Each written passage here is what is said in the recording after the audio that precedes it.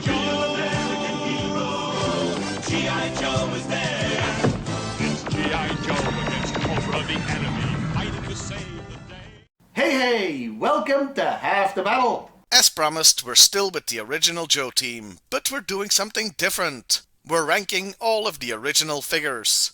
Though you might have noticed an asterisk on the year 1982. Yeah, that's because I'm actually talking about the swivel arm battle grip versions that came out a year later. Because let's face it, if I was talking about the straight arm versions, they'd all drop a rank just because of that. I consider the swivel arm ones the figures Hasbro always intended to make anyway. Let me also reassure you that not a single figure will end up in the worst category for this list. Not even bad ones really, but we'll get to that. If I do end up doing this for other years, you damn well know that category will fill up.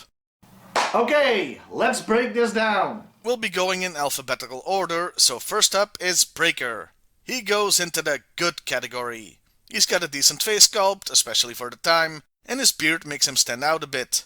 He also stands out thanks to his unique communication gear.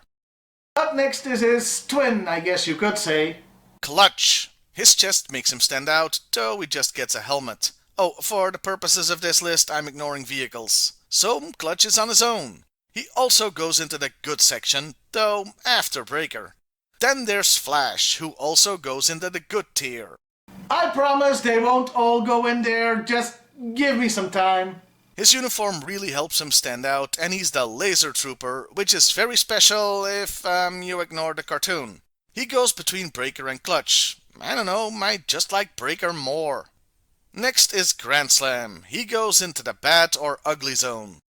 Now hold your horses. I don't consider it a bad figure. But that head sculpt is ugly. It really brings the figure down.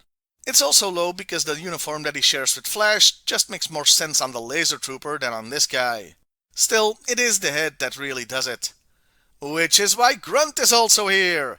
Honestly, he would have been the first to go into the okay but bland spot if it wasn't for the head. But no, that honor goes to the leader of the team himself, Hawk. Look, we all love Hawk. But his first figure is the most generic army guy you could get. Okay, I know I said we were going alphabetically, but I have to mention this now. He's so generic I frequently and to this day confuse Hawk's figure with Short Fuse. That's why he is front and center in this group photo I always use. When I took this picture over a decade ago, I thought it was Hawk. So yeah, Short Fuse also goes in the okay but bland section right behind Hawk. Okay, we're up to R now. Which of course means rock and roll. He goes into the good tier because of his unique chest and for the time cool weapon. He goes somewhere in the middle because we've seen enough beards by this point. Next, there's Scarlet. And oh, how I debated with myself and went back and forth on where to put her. She could go in the best, good or ugly tier, really. If we were going purely on head sculpt, the figure would be in the ugly zone, because that does not look like how she's depicted in other media. What saves her is the unique uniform and crossbow, plus being the only woman on the team. I wanted her to be the first in the best tier, but honesty compels me to stick with good. A very high good, mind you. Now, with some reluctance, the first figure to go into the best tier is... Snake Eyes, because he is so unique. Look, I've never been a huge fan of the character, but I have to admit the masked all-black uniform makes him stand out. Which I believe is the opposite of what a commando is supposed to do, but still. And when I last talked about this figure, people in the comments did mention they liked the lack of paint applications, so I can't deny reality and must acknowledge he deserves to be in the top category. And so does the next figure. Stalker! Look, actual camouflage on an army figure! Who would have thought it possible? Plus, yeah, he is the only black guy, which helps him stand out. I'm putting him ahead of Snake Eyes because he shows more personality.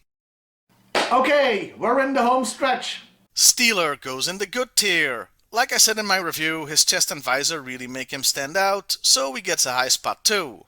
Well, that just leaves Zap. And like you couldn't tell where this is going.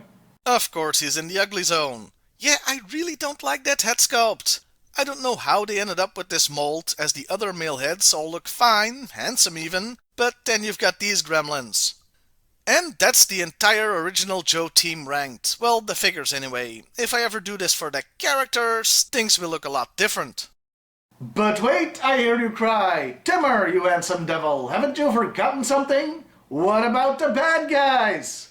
Look, Cobra only got 3 figures, so doing a ranking of them alone wouldn't even fill a Saturday shorty, so I don't know what to do.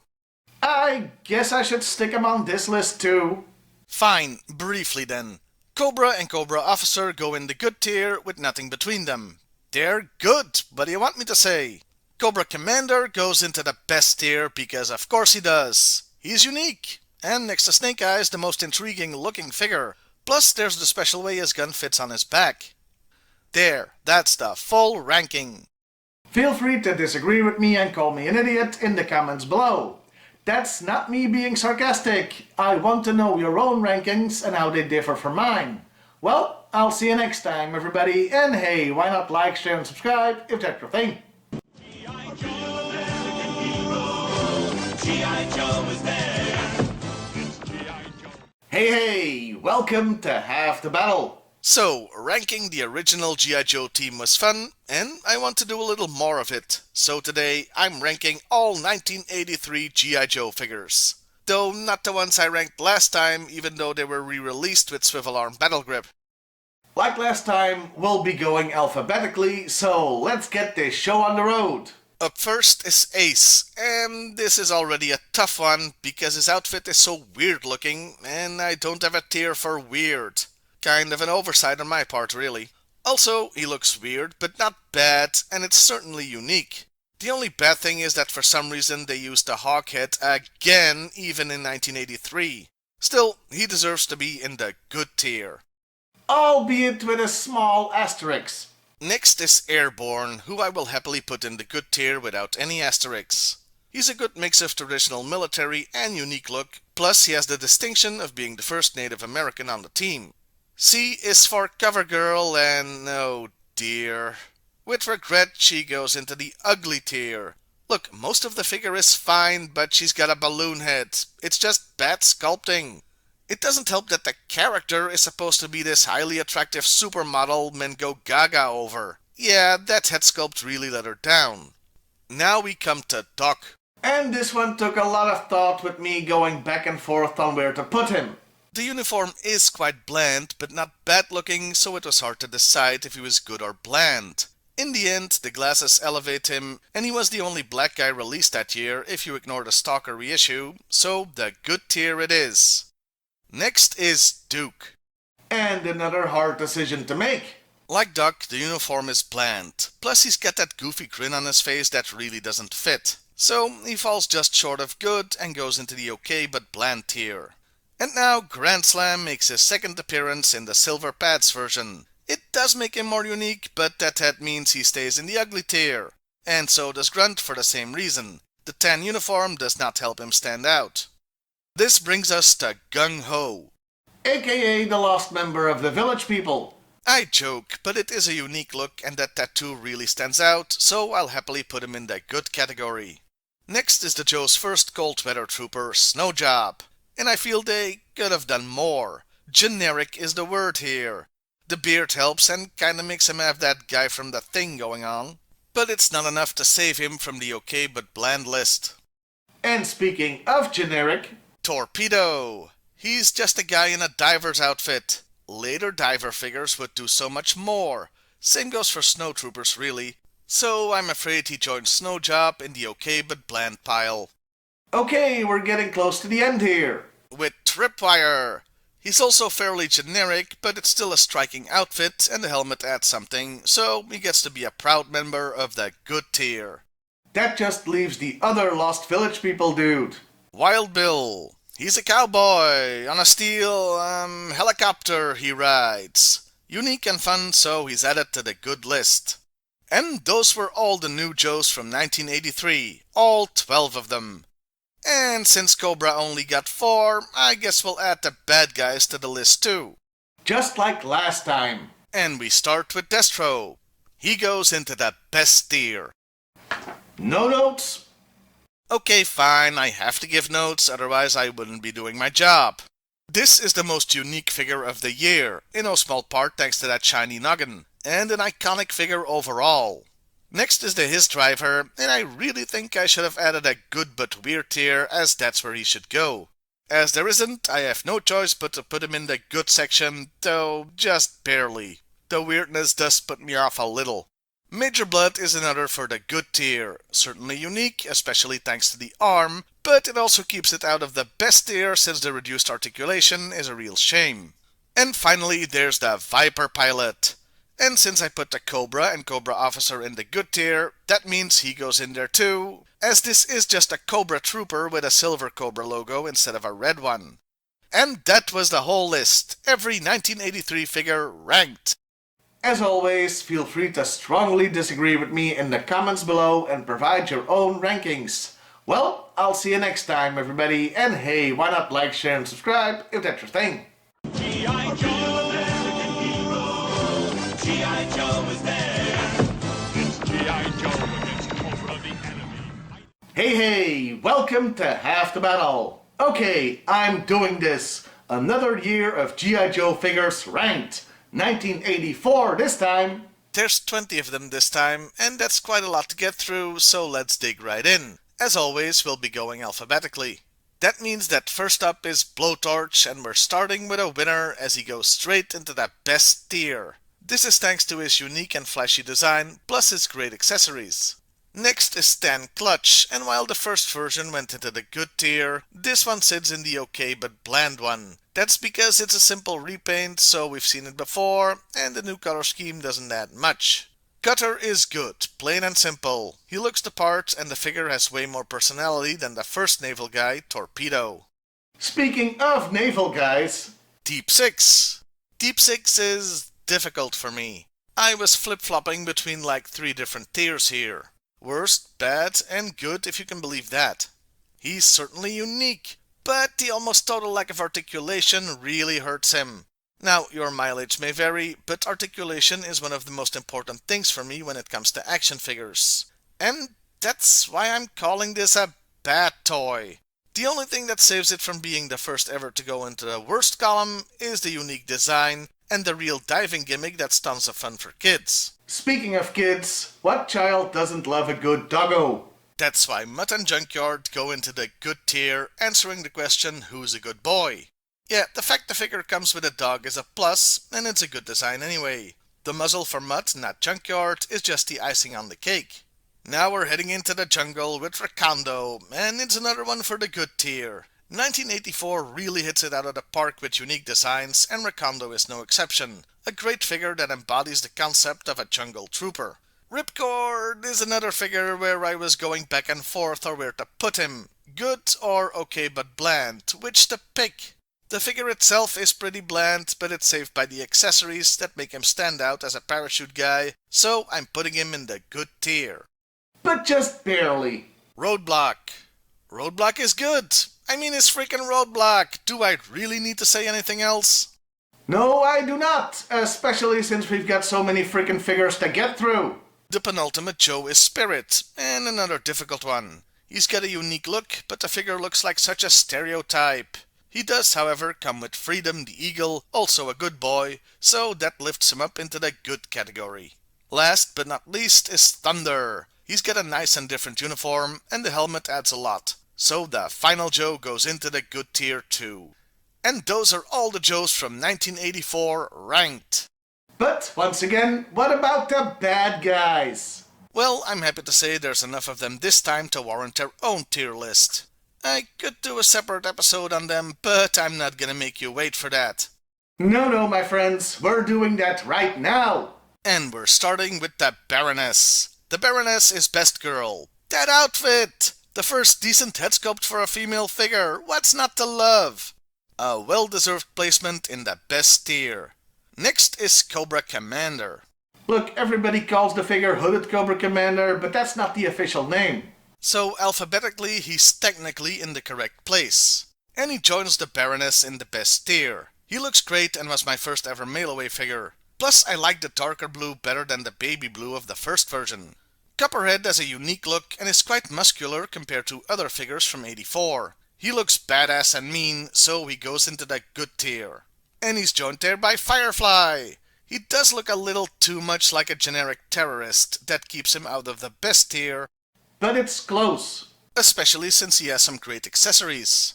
You know what? Let's make it a trio of named Cobra characters in the good tier with Scrap Iron. He looks very distinct and comes with a freaking rocket launcher, so he deserves the spot. The Stinger driver gets the same spot as the Cobra officer, since it's the same mold and the radically different color means it's not a bland reuse of the mold. Now we're coming to it, probably the one you've been waiting for. Storm Shadow. Yeah, he goes into the best tier, obviously. The first ninja. No, Snake Eyes doesn't count, he wasn't a ninja yet, with a great set of accessories and an awesome look. Wild Weasel is interesting. Personally, I think the helmet is a little goofy, but that won't stop me from putting him in the good category. Also because his name in the Dutch G.I.Joe toy line was Fokker. And finally, the actual last but certainly not least figure, Zartan. A very unique look, great accessories, and the innovative color-changing gimmick. Yeah, no question, he goes into the best tier. In fact, he gets the #1 spot for this year, both for Cobra and the year in general. And that really is it. All 1984 G.I. Joe figures ranked. All 20 of them.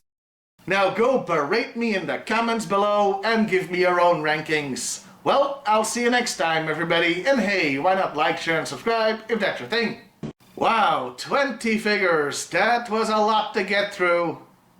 I wonder how many 1985 figures there are. 28? Oh, fuck! Almighty's back. He's the man behind the mask. Hey, welcome to Half the Battle. It's great to finally be back, and my return starts off with a whopper. All 1985 G.I. Joe figures ranked. Now, spoilers, but 85 was one of the very best years for G.I. Joe, so the best and good tiers are gonna be beefy. Now, I want to take some feedback on these ranking videos into account. Some have said they wanted a straight best to worst list, or worst to best, but this already is that, though I admit I haven't explained it properly. You see, the position of all figures in a single tier isn't random or alphabetized. It actually goes from my favorite to least favorite in that tier, so you should read it as such. Speaking of tiers, I've gone ahead and added one. From now on, between good and bland, there is the good but weird tier. I've got a feeling I'm gonna get a lot of use out of that one in the future. There is no bad weird tier because, well, those just get put into the bad tier, though I will mention if a figure is weird at the same time. Now, with all the preamble out of the way, let's start the list. It's gonna be a humdinger because there's 28 friggin' toys. And first up is Airtight, and it's a great start. Unique and cool look, some very nice and appropriate accessories. It's just an outstanding example of the excellence that was 1985, so we go straight into the best tier. And spoilers, he won't be lonely. Because next is Alpine, and I could just copy-paste what I said about Airtight as it all applies here too, so into the best tier he goes. And hell, let's make it a trifecta. We'll add Barbecue for the same reasons I gave before. All three look the part. Hostile Environment Trooper, Mountaineer, and Firefighter. All three iconic G.I. Joe figures. I can't really say the same for the Joe's Missile Specialist, Bazooka. The casual Friday look certainly keeps him out of the bland tier, but he lacks the excitement of the previous three. Still, I'm happy to put him in the good tier. He also won't be lonely, believe me. As he's joined straight away by Crankcase. Though I admit I went back and forth between putting him in the good or bland tier. In the end, his accessories save him from the bland list, as they add to his look and he's lucky to have them as a vehicle driver. Dusty was another tough one, though this time I was deliberating between the best and good tier. He shares the praise of the first three that went in, certainly looking the part of a desert trooper, and the face camo put him just above and beyond the good tier. He's last place in the best tier though. So you could almost call him an in-betweener. Flint is sort of the opposite. He just misses out on the best tier, but getting first place in the good one. His uniform is fine, but not that unique, and he's got this weirdly large waist piece. Lucky for Lady J, I guess. Footloose is, well, he's certainly a soldier. That's what he looks like, and nothing more. It's like an updated template of figures like Short Fuse or Hawk from before. So, it should come as no surprise to you, I'm putting him in the bland tier. A tier that's just barely avoided by the next entry. Frostbite. Snowtroopers have a habit of being on the bland side because they kinda have to be mostly white. That's what got Snowjob there. But Frostbite has enough unique detailing that he avoids it and lands in the good tier. Like I said, just barely though. Doing better in this tier is Heavy Metal, who looks great and like a real tank jockey. He does have a hard to find and very expensive accessory, his microphone. That may send some collectors into despair and relegate him to the worst tier out of frustration. But I won't let this affect the ranking. Okay, maybe I'll just put the Mick itself in the worst tier. Now to Keelhaul.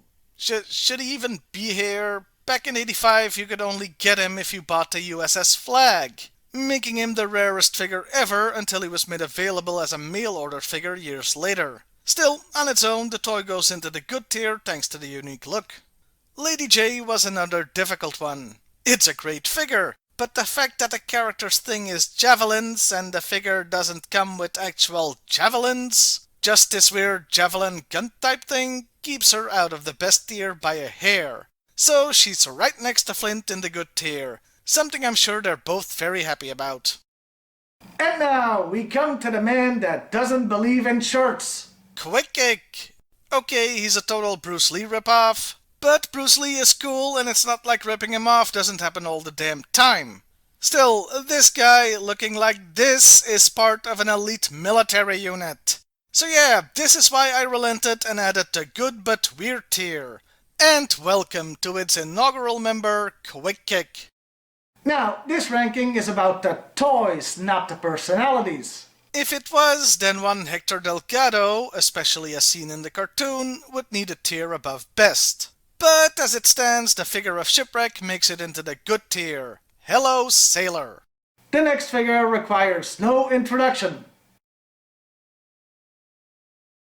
Yeah, number one spot in the best list, no contest.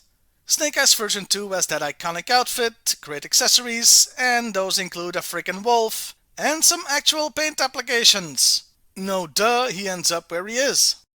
Look, I may not be too fond of the character, And y'all pay homage to the man! Woo! But yeah, I gotta pay homage to the great figure here. The next toy is Starduster. He may be a Frankenstein figure with no original parts, but they still managed to make him look unique and a great follow-up to Grand Slam as the Jetpack Trooper. Too bad he was only available through mail-in as part of the G.I.Joe serial promotion. By the way, Yojo.com lists him on the 1985 page because he might have been available at the very end of that year, but the actual page of him lists the toy as being from 1987. I'm just including him here to get it over with. And he goes into the good tier. The penultimate Joe is Tollbooth, someone who also looks right out of the Village People. We almost got the full band. It almost made me put him in the weird tier, but he's just not weird enough, so into the good tier he goes. And lastly, There's Tripwire! oh. This is the original Tripwire. This is Tripwire version 2. Look how they massacred my boy. Yeah, this version, or Listen and Fun Tripwire, is hideous and the first example of a recolor gone horribly wrong. Congratulations! It's the first figure to go into the worst category. We call him Listen and Fun Tripwire because he came with an audio cassette and unique packaging bearing that name. And those were all the G.I. Joe team figures ranked. But we're not done, as we've still got the bad guys to go. We're starting with Buzzer. Yeah, notice how I said bad guys and not Cobra, since the Dreadnoks are technically their own faction. Actually, you know what? This video is already taking a long time, so we'll deal with all three bikers without a heart of gold at once. Buzzer, Ripper and Torch all go into the good tier in that order. All three are bikers but look very unique and all have cool accessories. I like Buzzer the best, followed by Ripper and then Torch. I'm a bit biased here since, for some reason, Torch was left out of the Belgian and Dutch G.I. Joe releases. weird. By the way, I feel I should mention that even though 1985 introduced a ball joint head, the Nox as well as a few of the Joes didn't have that upgrade yet, meaning they were probably designed for 1984, not counting Tripwire, who's a repaint, and Starduster, who was cobbled together from older molds. Anyway, Next is the Crimson Guard. Ta-da! Yeah, I've said often enough that this is my favorite figure of the entire original line, and even G.I. Joe in general, so it should come as no shock to you he's number one in the best tier. I was half tempted to add a tier above that just says Crimson Guard. Another great Cobra army builder is the Eels. While clearly a frogman, it looks much more unique than the G.I. Joe equivalent of the time, Torpedo. The great set of gear really completes the figure, so he joins the Crimson Guard in the best tier. Behind it, obviously. we're sticking with water troops. As the Lampreys is next. And it's another tough choice. He had one leg in good and one in weird, but it was really hard to decide. Like, even when writing this very paragraph, I was still going back and forth. Okay, he goes into the good tier, but he might take his vacations in the weird one. And somebody who wants to take vacations in cold spots is the Snow Serpent. Another incredible looking figure with an awesome set of accessories. See, this is how you do a non-bland Snow Trooper. He joins the best tier, no ifs or buts about it. The way I've set up these graphics doesn't allow it, but consider the Eels and Snow Serpent to be in the same place. Okay, we're almost done. As we come to the Televiper. Like the Lampreys, it was a hard choice between good or weird. But here I came to my decision pretty quickly, and I'm putting him in the good tier. He might even have had a shot at the best tier if he came with an actual gun in addition to whatever the hell this thing is. And finally, Tomax and Zaymat. Yeah, of course I'm putting these two together. They're twins. They're also unique, if you allow the apparent contradiction. The mirror chests are nice, and the packaging was very innovative. And weird. Both the figures and the card, I mean. So I have no reservations about putting the diabolical duo in the good but weird tier to round things off. And there you have it. We went through a freaking great year for G.I. Joe. All 1985 figures ranked. All freaking 28 of them. You know, I thought that maybe I should take it easy for my first half the battle after my mandatory break. But no, I knew I had to come out swinging with something big to announce my return with authority. And I think I've done just that. Now go yell about my ranking choices in the comments below. Well, I'll see you next time, everybody. And hey, why not like, share, and subscribe if that's your thing. It's great to be back. And your bollocks did up good, you did. Actually, you know what? This video is already taking a long time, so let's deal with all three G.I. Joe, American hero. G.I. Joe is there. It's G.I. Joe. Hey, welcome to Half the Battle. Last time we did this, there were 28 figures to get through. This time it's 32. I think I might die. Well, I've got nobody to blame but myself for this, so let's get to it. All 1986 G.I. Joe figures ranked. As usual, we'll be going alphabetically. So, first up is Beachhead. And that means we start with a great looking figure. Yeah, I have no problem putting him in the good tier. He's unique looking thanks to the headgear and has some cool accessories. Next up is Claymore from the Mission Brazil set. More on those later. He's a Frankenstein figure with no original parts, but they still managed to make him look unique thanks to the color scheme. The weird color scheme. Yeah, I think it's a cool figure, but weird, so into that tier it goes. Cross Country is let down by one thing, the head sculpt. It's just ugly and a little goofy looking. Hang on, let me check something real quick.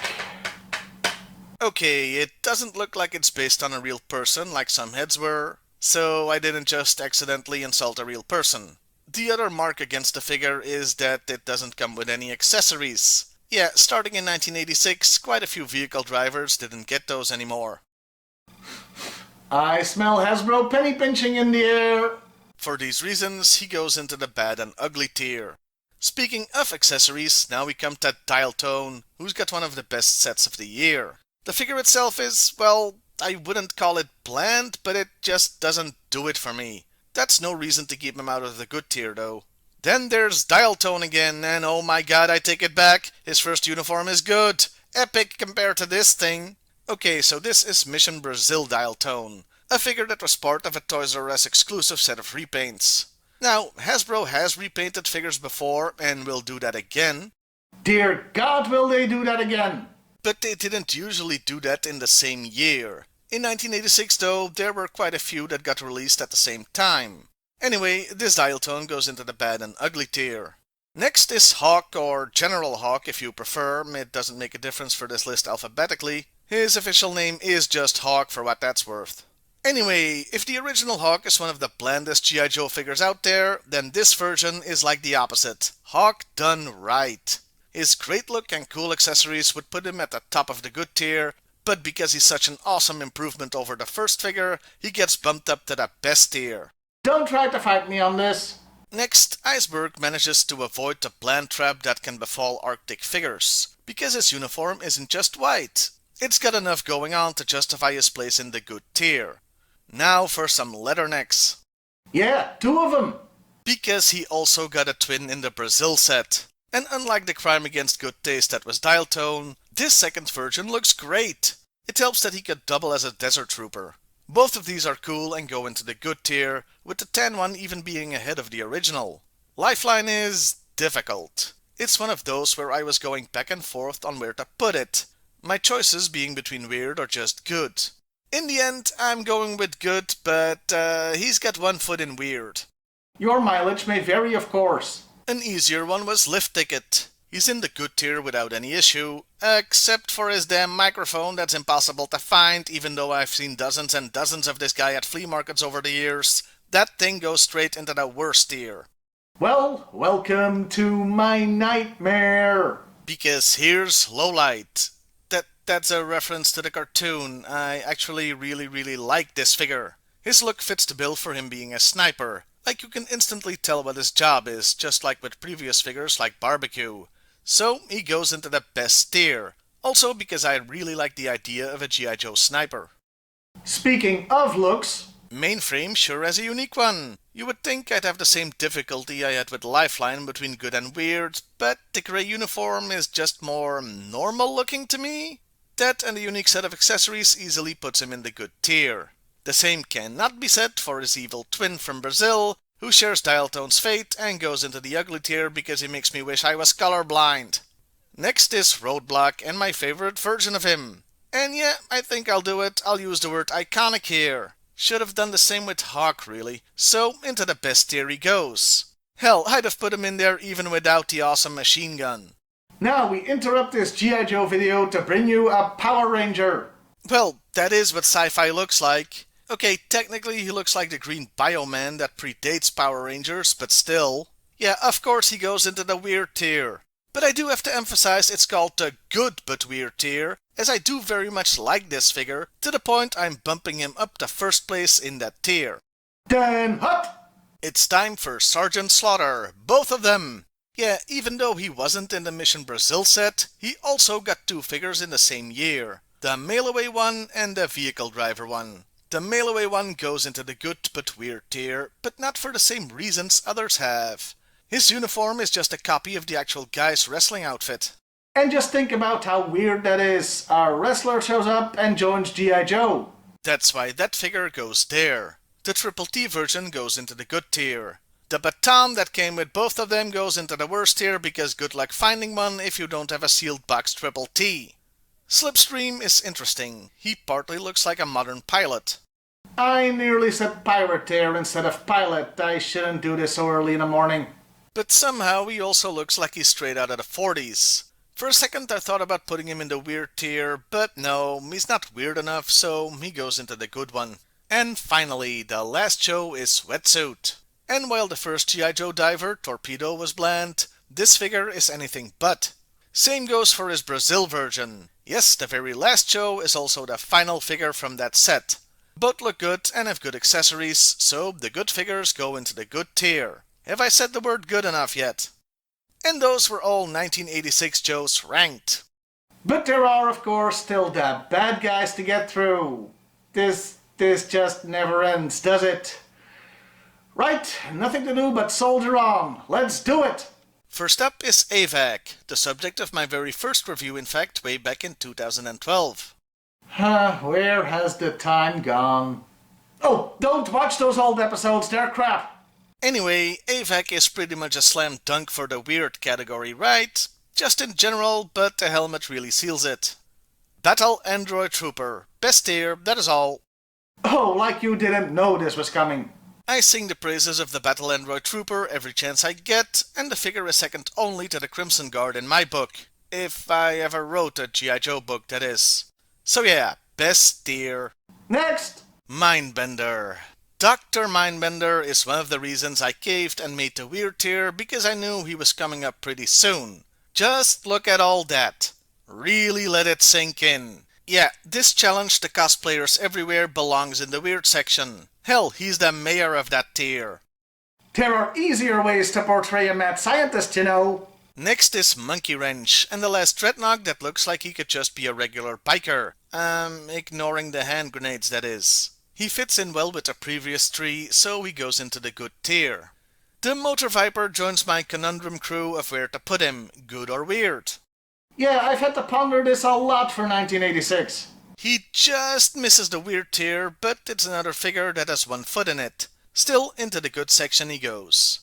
Somebody who jumps into the weird tier with both feet is of course Serpentor. He's the most Cobra-looking Cobra to have ever Cobra'd, and the gold color just adds to the gauche look. Mindbender may rule the tier, but Serpentor here is deputy mayor at least. The Stratoviper was another one I was going back and forth on, though in this case it was between the good and best tier. After thinking about it, he goes into the best tier since he looks better than good. It's back to the Dreadnoughts. So meet Thrasher, and here we see the shift from normal looking bikers to the Mad Max wannabes look this faction would adopt. Still, even with the most obvious Road Warrior ripoff since, the Road Warriors, he's just not weird enough to cut it in that tier, so he goes into the good one. And now, the Viper is coming. And once again I had to wrestle with where to put him. Iconic? Check. Unique? Check. Better than good? Well, I was on the fence until the very last moment, but yes, he goes into the best tier. Okay, home stretch, just 2 more to go. Well, 3 technically, and they're siblings.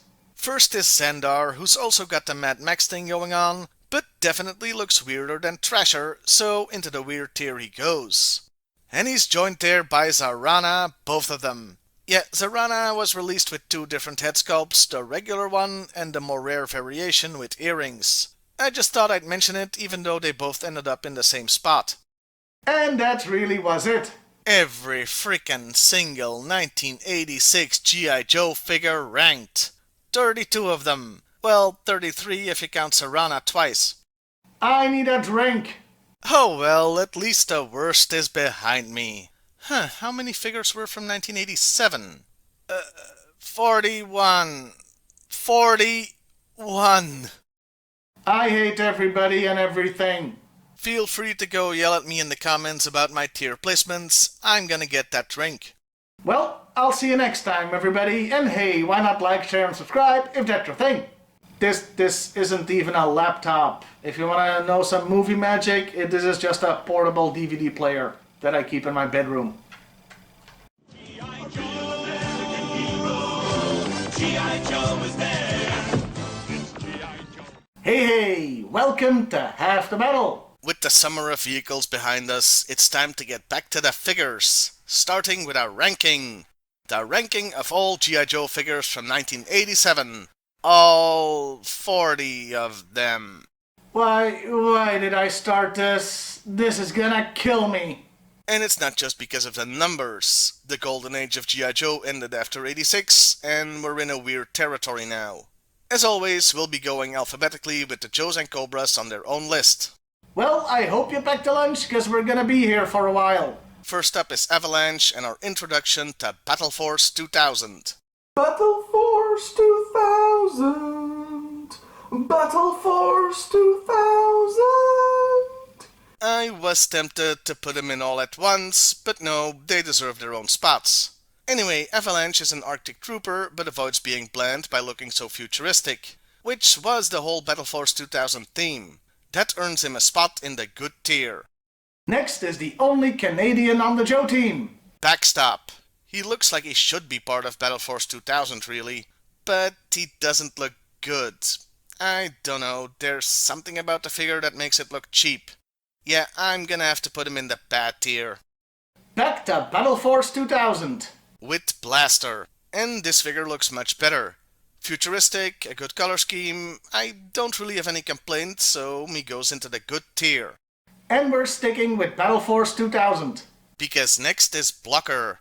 And he's kind of a disappointment, really. He's not really that futuristic looking, he's just a dude in a pretty boring outfit. Yeah, I'm afraid it's the bland tier for him. Anything but bland is Chuckles, with his Hawaiian shirt screaming at you.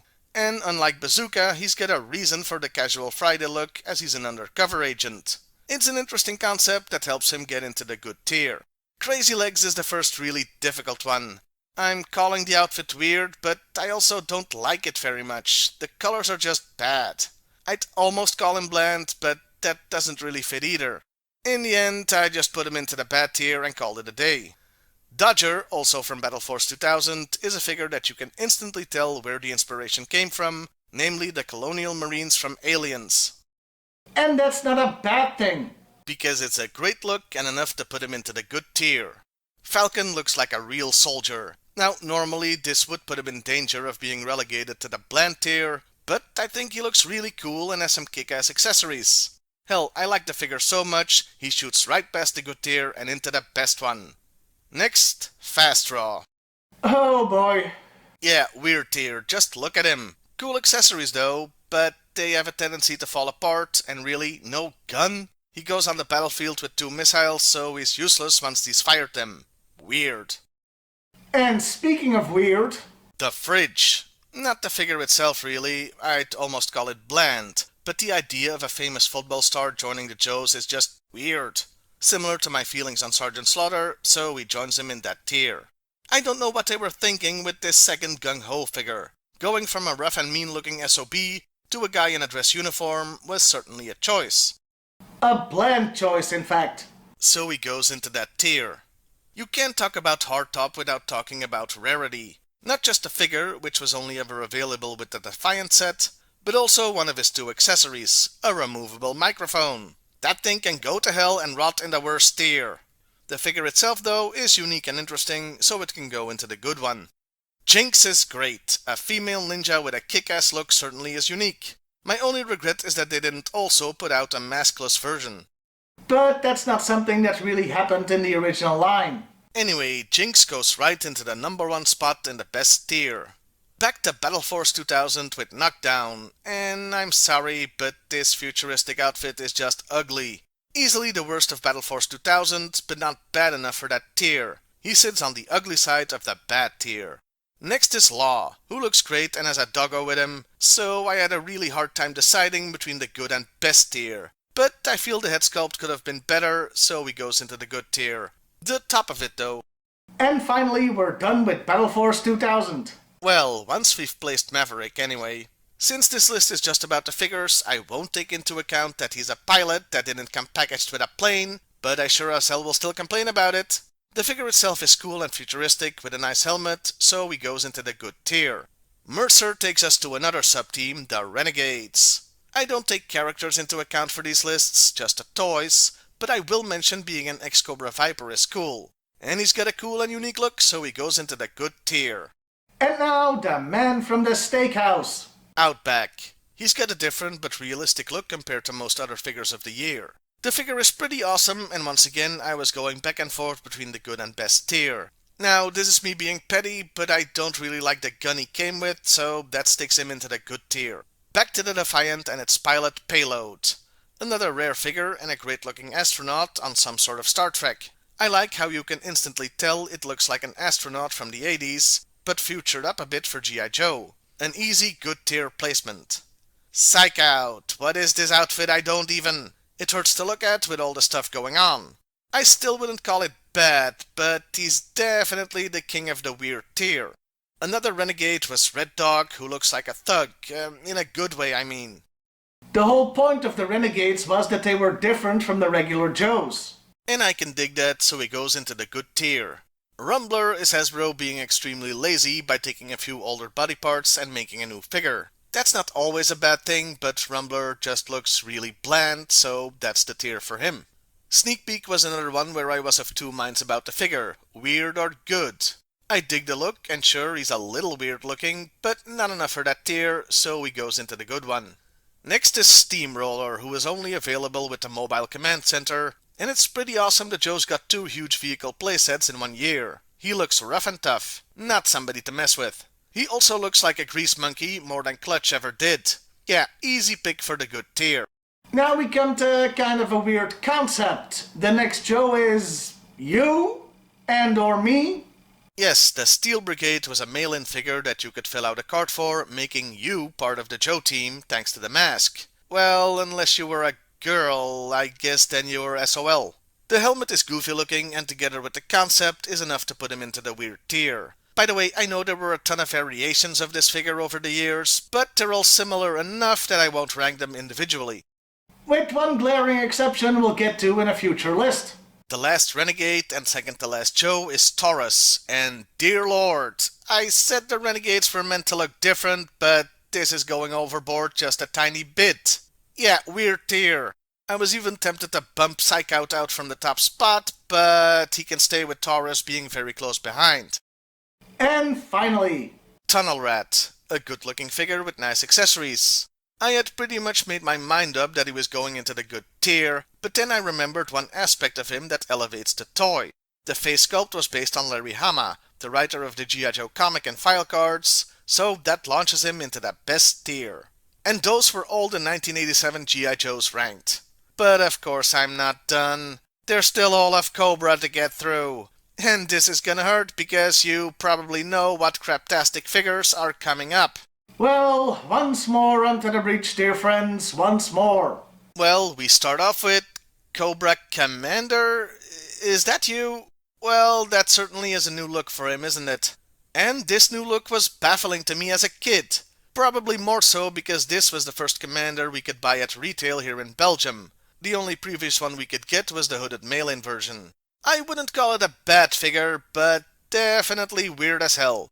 Once again, speaking of weird, Crocmaster. Yeah, he goes right into that tier too. BDSM looking mofo. He only misses out on the bad tier because somehow I still kinda like the figure. the same cannot be said for our next entry. Crystal Ball, and holy hell. Look, over the last, say, 28 years of G.I. Joe fandom, enough has been said about this figure. Most people don't like it. I will, however, show some restraint and not put him in the worst tier, but the bad one with a side order of ugly. Sanity returns with a Gyro Viper. Finally, something I can put into the good tier. Cool look, nice removable helmet, and a breath of fresh air after Crystal Ball. And the air gets even fresher and crisper. With the Ice Viper. A non-bland Arctic figure is always a nice surprise, and on its own would put it into the good tier.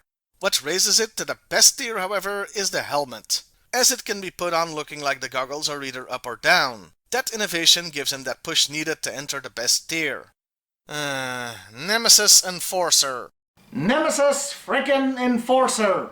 Even if you like G.I. Joe the movie, even if you like the concept of Cobra Law, this figure was still a complete disappointment. He's far too short and stocky, and the bat wings are an insult to the character design. He just looks stupid all round and can use his pathetic wings to flap over to the worst tier. Well deserved. And then there's Raptor. And I can't believe all this crazy stuff came out in the same year. I'd almost say this is the year that G.I. Joe jumped the shark. Yeah, Raptor, you weird weirdo, guess what tier you're in. In fact, for this one time and one time only, forget the tier is called good but weird. It's just weird, okay? And it's a crowded place this year. As the Cobra La Royal Guard goes in there too. In the top spot no less. It's the only Cobra La figure I kinda like, and that saves it from the lower tiers, but just barely.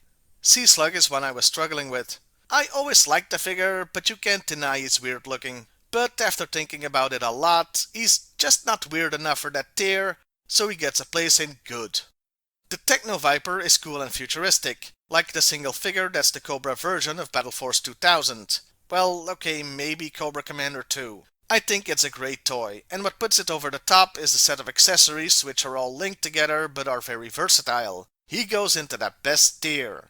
Now, your first instinct with Worms is to say weird, but really it's only the name and maybe the helmet. It's a fine figure, though the Racketeer may want to sue somebody. Worms goes into the good tier. And finally, This year's only Dreadnought, Zanzibar. If last year they went with the Mad Max route, I'm not sure what this is even supposed to be. Pirates versus ninjas? Yeah, I'm just gonna put him in the weird tier and forget about him. and that was the list. Except it's not, because there's one more figure to go that I didn't include alphabetically because I wanted to go out on a high note. Well, not actually a high note. Kinda the opposite, in fact. A brown note? Ladies and gentlemen, the Cobra La Lobsterman himself, Globulus. What the hell, Hasbro? What the actual hell? The figure can't even stand upright because of the tail thing that frankly looks like a fantasy tickler dildo. You know, I blame the fact that Cobra La was a 3-pack for this. An individually carded Globby might have had more work done on him, like give him the ballsack from the movie with a coiled tail inside or something. But what we got was G.I.Joe the Marital Aid. This is why there's an actual worst tier, people, the one below worst. Like in hell, there's a special place in my list reserved for toys such as this. There. We're done. 40 frickin' figures. I knew what I was getting into when I started these tier lists, but still, I was not prepared. You always hurt the ones you love. Now go be disappointed in me for not putting Crystal Ball on the worst tier in the comments below. Well, I'll see you next time, everybody, and hey, why not like, share, and subscribe if that's your thing. G.I. Joe, American hero. G.I. Joe is there. It's G.I. Joe. Hey, welcome to Half the Battle. Before we start the long journey that's today's video, I need to address a mistake from last time. When ranking the 1987 figures, I somehow forgot about Big Boa. I really don't know what happened, but to make things complete, I'll just mention he goes into the weird tier. Well, obviously. Between the Lord Humongous outfit and the strange helmet, where the hell else could I put him? Anyway, now it's time to rank all G.I. Joe figures from 1988. All 45 of them! That's 5 more than last time. It just never ends, does it? Well, let's do this. As always, we're going alphabetically with the Joes and Cobras each on their own list. We start off with Armadillo, the Rolling Thunder driver, and it's not an impressive start, is it? Nothing about the figure really does anything for me. He's boring, so goes into the bland tier. It's extra disappointing after we took a look at Steamroller, a great figure that came with a large vehicle. Next is Tiger Force Bazooka, the second figure of the character. While I like Tiger Force overall, this particular color scheme is one I don't like. It has nothing on the original, and I find it quite ugly, so it goes into the ugly side of the bad tier. This is no comment on the actual football team that wears those colors. Blizzard is fine. On its own, it's not that great. A somewhat bland Arctic Joe, but it comes with an excellent set of accessories that makes it worthy of the good tier. Budo is the first difficult one. Samurais are cool, but having somebody dressed up as one on the Joe team is just weird. Now, ninjas we've gotten used to, but samurai? Yeah, the concept is just a little too much out there, so into the weird tier he goes. Now here's a character that's obviously meant to be an upgrade and replacement of an older one. Charbroil is basically the new blowtorch. He's the new flamethrower guy, but looks much more futuristic. I kinda wonder why this wasn't just Blowtorch version 2. The outfit is a little weird and bug-like even, but he's cool enough to make it into the good tier.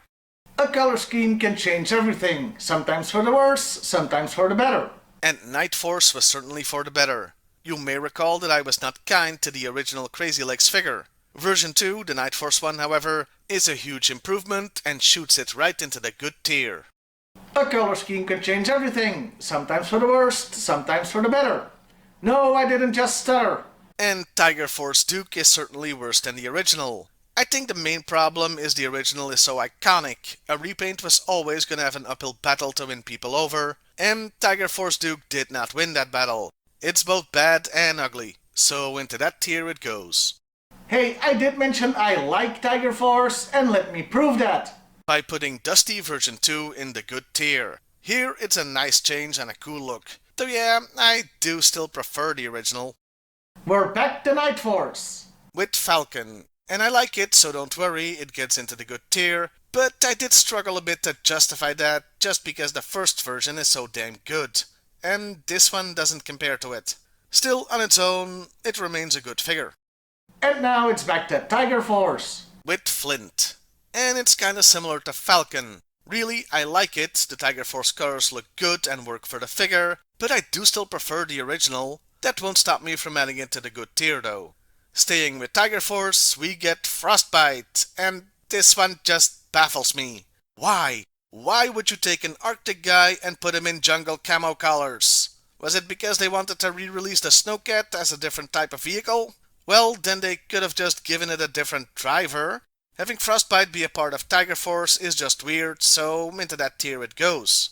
There's one that's even weirder. The European exclusive Tiger Force Blizzard that I'm including here because when else am I ever gonna be able to do that? And sure, why don't I make this list even longer? Anyway, he's an honorary guest on this list in the weird tier. And now a figure that caused a copyright issue with Marvel. Ghost Rider. Name aside, it's pretty cool and unique looking, plus he came with a scarf, evoking the image of a World War I fighter pilot. He goes into the good tier. Hardball is an oddball. I mean, this guy comes to work for an elite military unit dressed as a baseball player, like it's a dare or something. Definitely weird tier material. Hit and Run is great, very cool looking, some very nice accessories, and that face camo rocks. Definitely one for the best tier and well deserved. His European exclusive Tiger Force counterpart though, I can't say I like it. I don't like the color scheme, and getting rid of the face camo is just a crime, so he goes into the bad and ugly tier. God, there was a lot of Tiger Force. Here's Lifeline, and it's another one where the new color scheme works for the toy. Hell, this is one Tiger Force figure where I think I prefer the look over the original, so into the good tier he goes. Lightfoot was one where it took me quite some time to figure out where to put him. He looks cool and unique, but also pretty weird. And I had to remind myself, just like I remind you guys all the time, that it's called the good but weird tier, so that justifies me putting him in there. Muskrat is almost on the same level as Hit and Run, but not quite. I was considering him for the best tier, but I don't like his accessories much, so that keeps him in the good tier, but in a very high place though. Now, I'm just gonna come out and say it. Night Force Outback is one of my favorite G.I. Joe figures. I think he just looks awesome, and I have no problem putting him in the number one spot of the best tier. And just because I love to give myself more work, I'll mention another Outback that's exclusive to Europe. Yes, another Tiger Force one. He also looks cool, but goes into the weird tier because for some baffling reason they turned his hair white. Speaking of weird, Night Force colors do improve Psych out, but he's still weird as hell, and so is his European Tiger Force counterpart, so into that tier they go. More Tiger Force with Recondo, and I'm not really impressed with this color change. The original is much better. I'd almost call it bad, but I'll settle for the bland tier. Also, why wasn't this Wild Bill? They kept Frostbite but not the Dragonfly pilot? at last, a figure that isn't a repaint. Repeater! He looks cool as a ranger, and that would put him in the good tier, but the unique accessories that are mounted on his hip boosts him up to the best tier. Christ, and right back to the repaints. Tiger Force Roadblock. It's another nothing figure that doesn't hold a candle to the original, so it goes into the bland tier. Honestly, if they had used version 2 instead, it would have gotten a better spot. Wow, a second version, well, third really, of a figure that isn't a repaint? Yeah, Sergeant Slaughter gets a brand new sculpt that looks quite nice, and he's even got a removable head this time, so an easy pick for the good tier. Shockwave is another cool and unique looking figure. He almost makes it into the best tier, but he's let down by some of his accessories. The guns really shouldn't have been blue, and the pistol is too big, which can lead to broken thumbs. I'll still put him in the top spot of the good tier though. I was tempted to add this next figure to the P part of the list. As poor Skidmark. Look, the name is bad, okay? Bad enough to have been a running gag on this channel for ages. Add to that the ugly orange ruining the look, I feel justified in putting him in the worst tier. Poor Skidmark. Sky Striker was another one where I wasn't sure where I was gonna put him. Reusing the name of the iconic jet is weird. And he looks a little weird too. But after some deliberation, hey, at least it's an original Tiger Force character for once, so I'll put him in the good tier. Sneak Peek, like several others, benefits from the Night Force look, though he's not as nice as some of the others. I'll still put him in the good tier. And I'll do the same with his European Tiger Force twin. Spearhead and Max. Look, a kitty! Look at the kitty! Okay, the figure is kinda bland and that chest is way too big, but he can thank his animal companion because that got him into the good tier. Another new version of a character that isn't a repaint? Don't spoil us, Hasbro! Yeah, Storm Shadow version 2 was a bold new look for the guy, and he even switched sides. It was a bit of a gamble, but sometimes that sort of thing works, and in this case it definitely did. It worked so well in fact that I'm putting him into the best tier. Super Trooper. I've got 3 words here. What and the hell? The Blinding Silver, the obvious Captain America ripoff, it's all too much. Yeah, this mail-in figure is 1988's King of the Weird tier. Tiger Force Tripwire isn't really helped by the new color scheme. It's another one of those figures where I just shrug and move on. Bland tier for me. Tunnel Rat was an excellent and appropriate choice for Night Force, and so, like his first version, he goes into the best tier. I'll also throw in the European Tiger Force version, though that one only gets on the best tier because it's still used ahead based on Larry Hama. Wildcard is, well, difficult to place. I can't call him bland, and he's not weird, but I also don't think he's that good. It's like I don't really care about the figure, but I don't have a tier for that, so he kinda defaults into the good tier, I guess. It's the first time there's a figure that I don't really have an opinion on. That's certainly gonna be a problem when I eventually do a proper review of the character. Well, I've got that to look forward to. Windmill. Well, the name is weird, but the figure itself is just ugly and bad. Yeah, not much to like about this one, so into that tier it goes. And those were all the 1988 G.I.Joe figures ranked, plus some bonus ones from Europe because apparently I hate myself. And Exhibit B to prove that is the fact we're not done yet because now it's time to rank the bad guys. I wish I could drink in this mask. Right, let's get on with it. First is the Astro Viper, and yup, that's a weird looking figure. What's also weird is that last year the Joes got the Defiant, a giant space shuttle, and this is the only thing Cobra came up with to counter it? Just one figure, really? So yeah, weird tier. Destro version 2 is another new version of the character with all original parts, and they really knocked it out of the park with this one. He looks cool, regal, and menacing. There's no other place for this figure than the best tier. Ferret, Destro's demon driver, certainly looks unique. I think when Destro founded the Iron Grenadiers, he stipulated that he was the only one allowed to wear a mask that wasn't dorky. Yeah, this looks pretty stupid and puts him in the weird tier. And I can tell you right now who gets the top spot in that tier. The Hydro Viper. He's cool, but it doesn't get weirder than this, looking like a sea monster or Cthulhu fanboy. Now we come to Destro's elite trooper, the Iron Grenadier himself. Once again, goofy helmet and mask. He looks like an old-timey firefighter. Still, he's cooler than the Ferret, and so I'll allow him into the good tier. That's also thanks to his accessories. For another figure from Destro's new faction, we have the Nullifier. Okay, this guy looks like he could have been a member of Cobra La. Weird tier for sure. That brings us to the only Dreadnought of 1988. Road Pig. And we're totally back to the whole Mad Max thing they had going on in '86. This guy is a brute with a nice set of accessories, good tier, no ifs or buts. Secto Viper came with one of the weirdest vehicles in the entire line, the Bug. But the figure itself is pretty normal and cool looking. His accessories can be a pain in the ass to find on the secondary market, but not enough to get their own place on the list. Secto Viper fits into the good tier. The Star Viper was yet another difficult one. I think he's kinda boring looking, but I don't think he belongs in the bland tier. He may be a little weird, but still looks pretty average for Cobra. I'll grant him permission to enter the good tier, but just barely.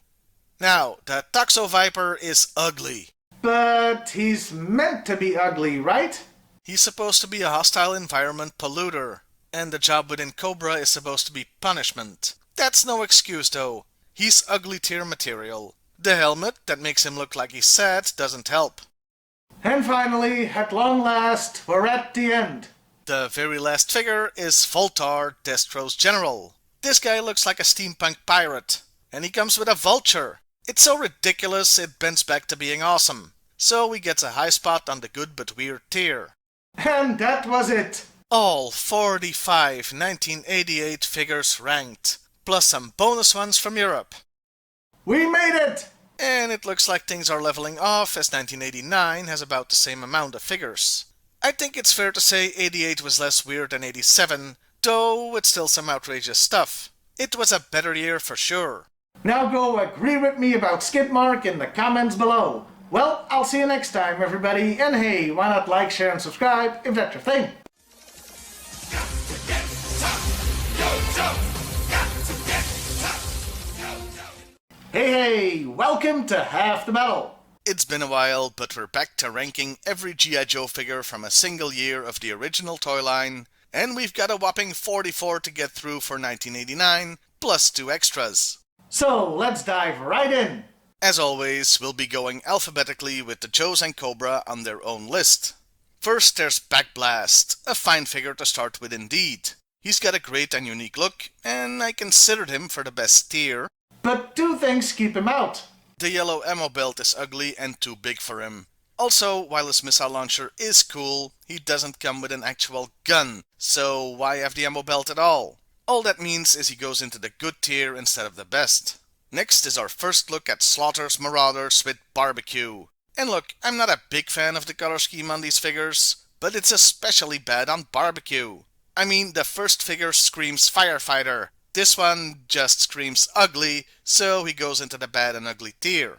Speaking of sub-teams, we're getting a second wave of Night Force. Starting with Charbroil. And while I think the figure's new color scheme is an improvement on the first, it's not that awesome, but I'll still put him in the good tier.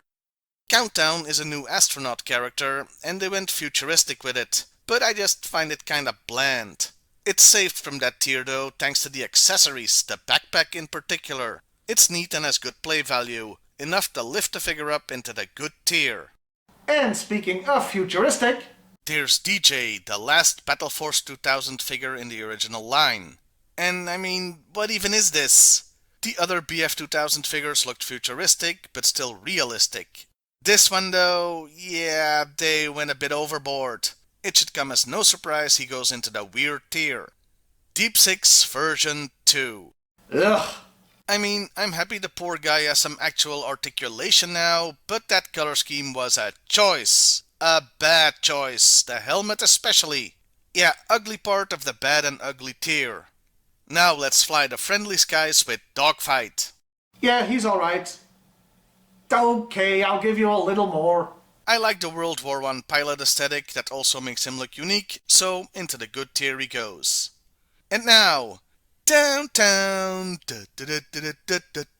Downtown. The song is the best part of the figure.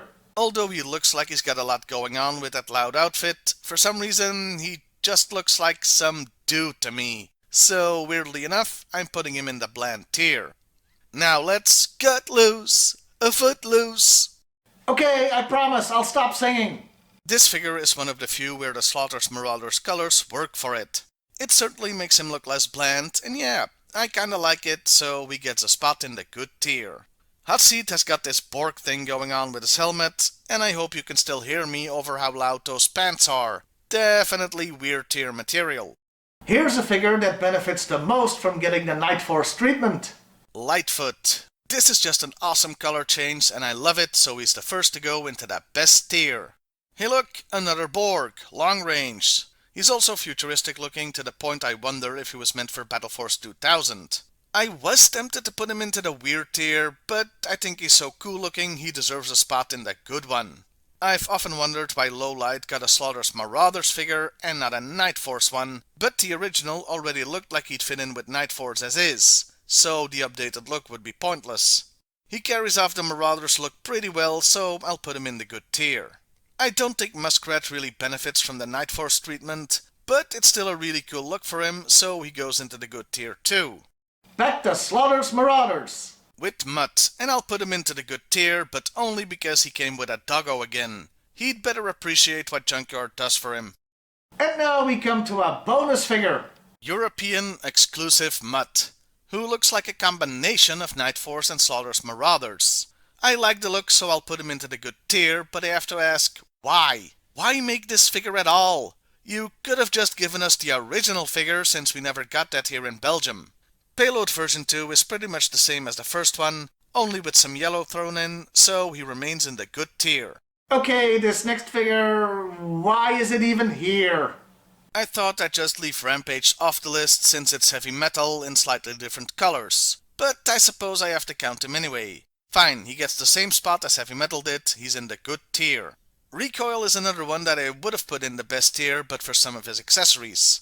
I'm sorry, but the baby blue ruins the look a bit, so I'll have to be content with being in the good tier. Repeater version 1 was top tier, and the Night Force version is just as sweet, so it goes into the best tier too. Rock and Roll is a very nice update of the original with a more unique look and some big badass guns. An easy pick for the good tier. And speaking of unique, There's Scoop, who as a combat photographer really stands out.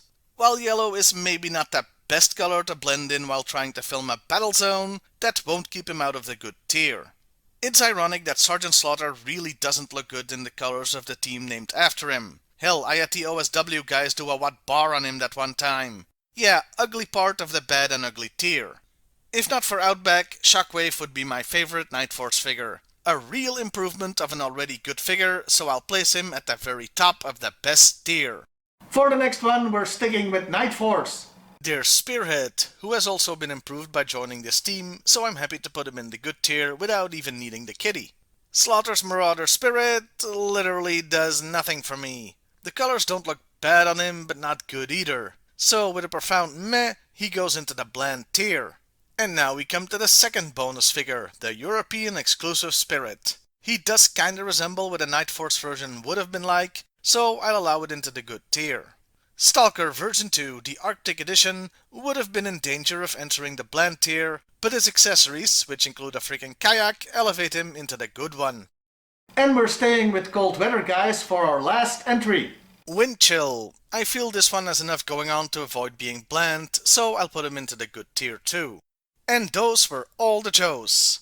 Except no, that's not true. Hi, Editing Timmer here.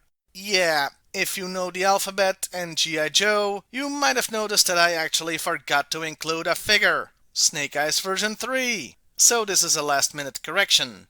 He's certainly a nice looking figure, but not as good as version 2. Still, he's good enough to be put in the good tier. And as an apology, I'll even put him in first place here.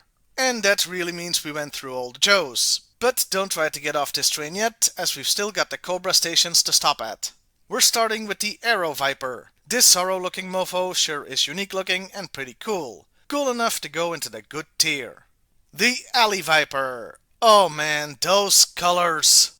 Urban camouflage my ass. That said, I have to admit that I don't think he's awful looking, so no bad or ugly tier, but I am yeeting him into the weird one. There's something about this figure that just feels right. Which can't be said for the Annihilator. Here the orange doesn't work for me, and the helmet reminds me of a duck. Bad and ugly, so a good fit for that tier.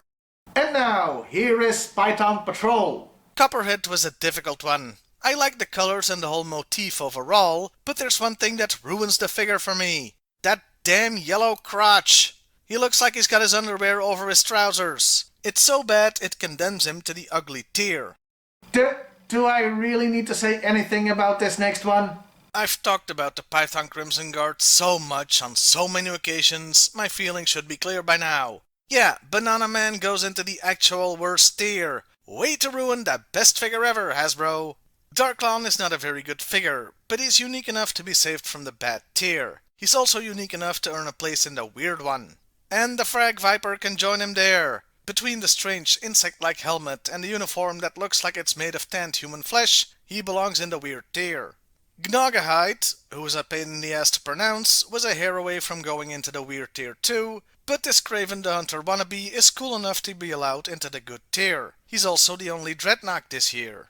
The Heat Viper was the most difficult to place. He's unique looking, but also weird. But I'm not too fond of the colors, but then again he's got a great launcher and backpack combo. Yeah, I really struggled with this one. But in the end I relented and put him into the good tier. Those missiles on his boots though, they go straight into the worst tier, as they make finding a complete one on par with one of the 12 tasks of Hercules. The Night Vipers are a great concept, and Hasbro created, either accidentally or on purpose, the perfect foil for Night Force. This figure is best tier material, and still would be even if it didn't make me think of Night Force. Okay, I'm doing a double bill for the next entry. Both the Python Officer and Trooper go into the weird tier. The Trooper for sure because of the look, but the Officer too because for some bizarre reason, they apparently switched uniforms and weapons for this. Yeah, the Trooper uses the original Officer mold and vice versa. It's weird as hell, and as far as I know, it's never been explained. Do let me know in the comments below if anybody at Hasbro ever talked about this. The Target exists because I guess Destro wanted to go into space. It sure is unique, and it's good the Astro Viper has a buddy or frenemy now. It's kinda weird, but I'll still put it into the good tier. Now, I know, I've been harsh on the whole Python Patrol thing.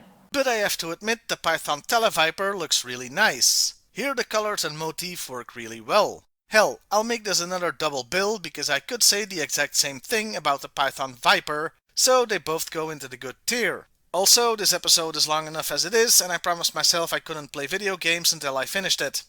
Damn, I've become my father. Okay, we're almost done as we look at the Trek Viper, and it's another tough one. Futuristic? Sure, but he looks like a cheap 60s sci-fi movie character. I was tempted to put him in bad, but he doesn't evoke that much of a reaction from me, so he goes into the bland tier. And finally, The Wild Boar. Why do like 3 figures remind me of the Borg this year? Was somebody in design a Trekkie? I'm not a big fan of this one, and the red plastic even looks a little cheap compared to other figures. Yeah, not digging the look either, so he goes into the bad tier. at last, we're done. All 44 figures ranked, plus 2 bonus ones. And yes, there were some mail-ins, but apart from Rampage, they weren't different enough to warrant a ranking. And it looks like I'm catching a break for the next list, as for the first time in history, there will be less G.I. Joe figures to look at than the previous year. Now go yell at me in the comments about how the Python Patrol Crimson Guard is your favorite figure or something. Well, I'll see you next time, everybody, and hey, why not like, share, and subscribe if that's your thing.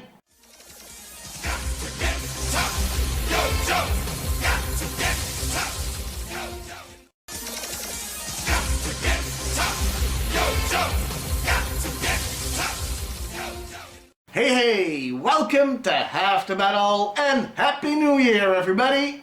We're starting the year strong with a new tier list. All 1990 G.I. Joe figures ranked. There's 35 to get through, and as usual, we'll be going alphabetically with the Joes and Cobras on their own lists. And we're starting with Airborne, though this isn't Airborne. Well, not the more famous one anyway. Okay, let me explain. This guy is part of the Sky Patrol sub-team introduced in 1990. For some reason, they reused the Airborne codename, but gave it to a completely different character. And that's not the only thing that's reused, as the entire body, except for the head, is from Lift Ticket. Yeah, all Sky Patrol figures used older body molds. Yeah, Hasbro's cheap, blah blah blah. Even I'm getting tired of hearing myself say it. Anyway, with this figure, you can actually barely tell it's Lift Ticket's body. The color scheme makes it pretty damn unique and cool looking. Add to that some good accessories and a working silver parachute. Yeah, all Sky Patrol figures had those too. I find there's no other place for him than the good tier. We're staying with Sky Patrol. Because next is Airwave, where the body reuse is far more noticeable as it's clearly from the Motor Viper. And it doesn't really work for me as an air guy. Also, the colors are pretty bland, so I'll put him in that tier. Though those parachutes are very fun for kids, so you know what? I'll give those an honorary place in the good tier and judge the figures on their own. And we're still sticking with Sky Patrol because 3 of them start their names with the letter A. This one's Altitude, not to be mistaken for Major Altitude, who's a different character. Man, Sky Patrol's confusing. This one uses Slipstream's body, and those are some ugly colors. I've said this before, but this figure looks like a Christmas ornament. Yeah, ugly side of the bad or ugly tier.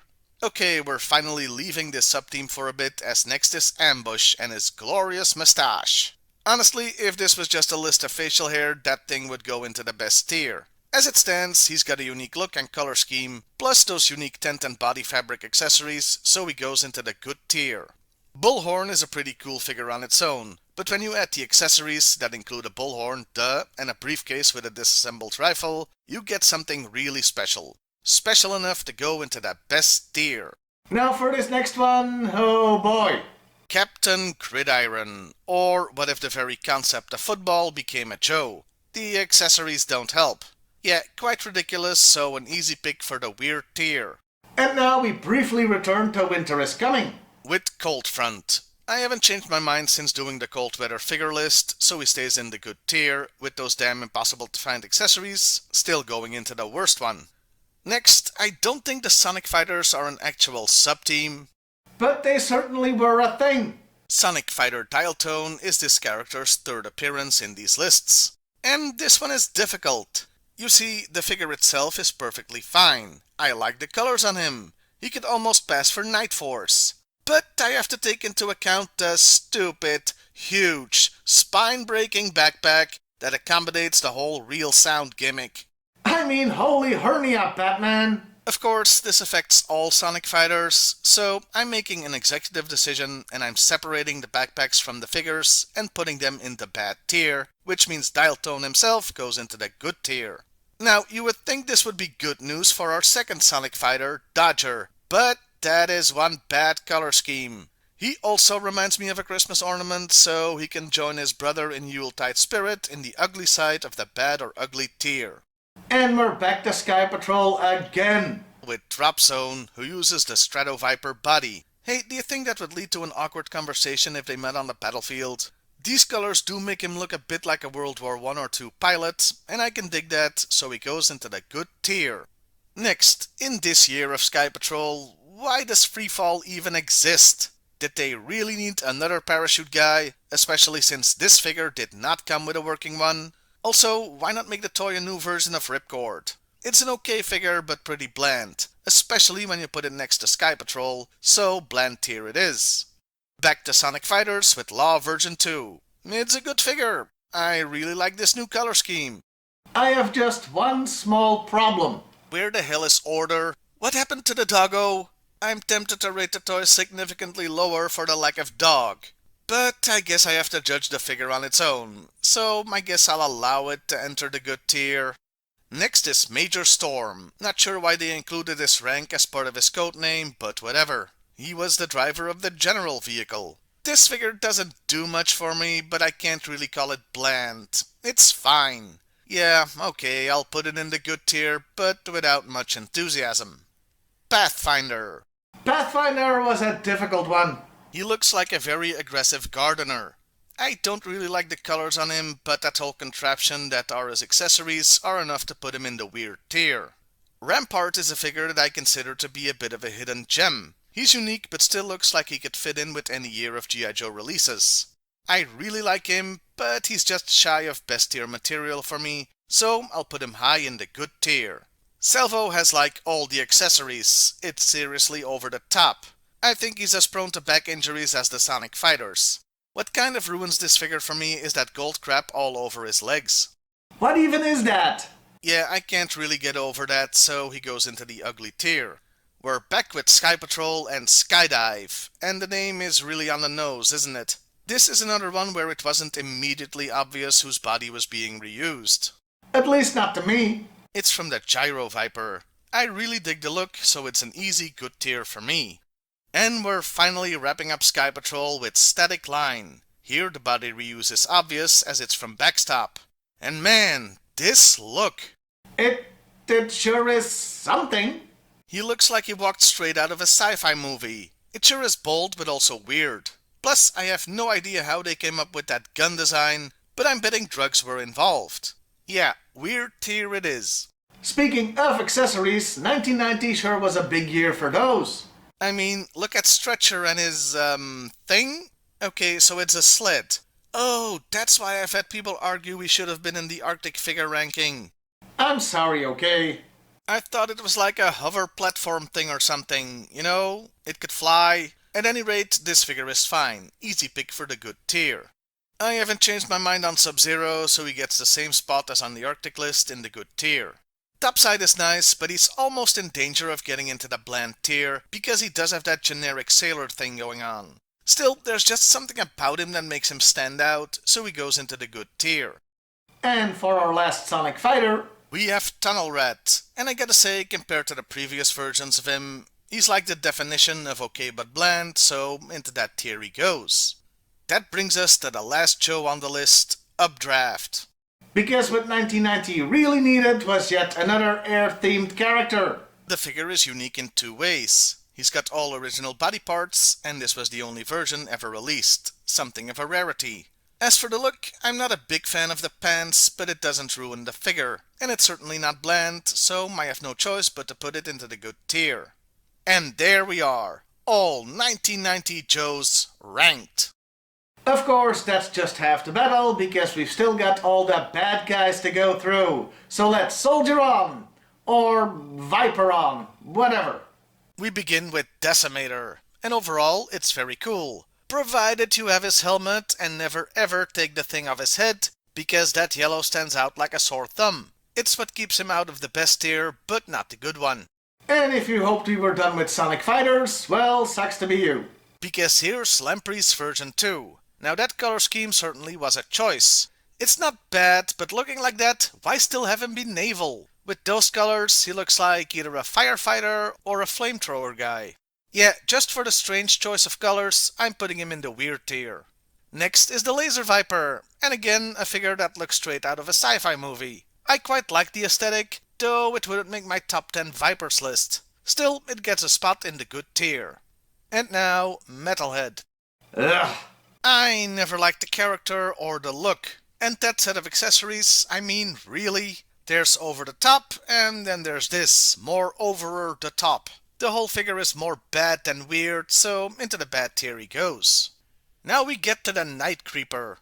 A fun concept and quite a nice atypical ninja look. Still, it's a bit short of getting into the best tier, but quite worthy of the good one. Overlord. What is this dollar store Cobra Commander even doing in the G.I.Joe line? The gold is gaudy, the orange chest is ugly, and makes him look like he's missing a breastplate or armor or something. And like I said, what's even the point of him? Yeah, worst tier, no contest. Next is the Range Viper. Definitely a figure in danger of ending up in the weird tier, but it's just a little bit too cool and intimidating for that, so it goes into the good tier. The Rock Viper is very cool. Just one question. Why the mustache? I mean, for Joes it makes sense to make the figures more distinct, but this is an army builder, so I guess we're just gonna have to assume Cobra Commander decreed all Rock Vipers must grow a mustache. It wouldn't surprise me, to be honest. Anyway, the cool look and the great set of accessories means this guy goes into the best tier. It sure is the year of the Vipers, isn't it? As next is the Saw Viper, another sci-fi looking guy, which also seems to be a theme in 1990. It's not bad, but I don't think it's great either, and that machine gun is another backbreaker. Still, he fits in with the others in the good tier. Next is Undertow, the only Iron Grenadier on the list. And those are not your typical Iron Grenadier colors. They're far uglier. Also, he comes with a fish. Yeah, okay, it's a barracuda. But still, a freaking fish. Yeah, this freaky fish guy goes into the bad tier. Our penultimate figure is the Cobra Hurricane Pilot, Vapor. The body is fine, except that it looks like he's got his underpants on over his trousers. But that helmet! He looks like a robot dog. The rest of the body saves it from the bad tier, but come on. King of the weird one. And finally, As it has been the year of the Vipers, Laser, Rock, Saw, and Range, how fitting it is that we end with the Viper Sonic version.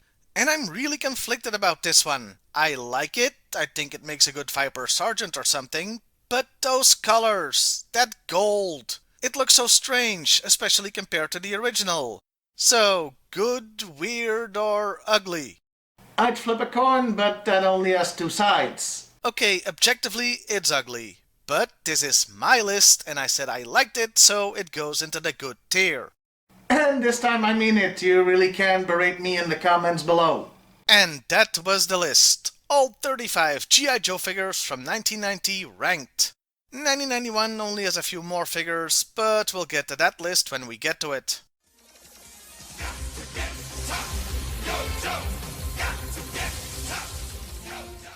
Hey, welcome to Half the Battle. It's time for another ranking, and we're well into the 90s as we rank every G.I. Joe figure from 1991.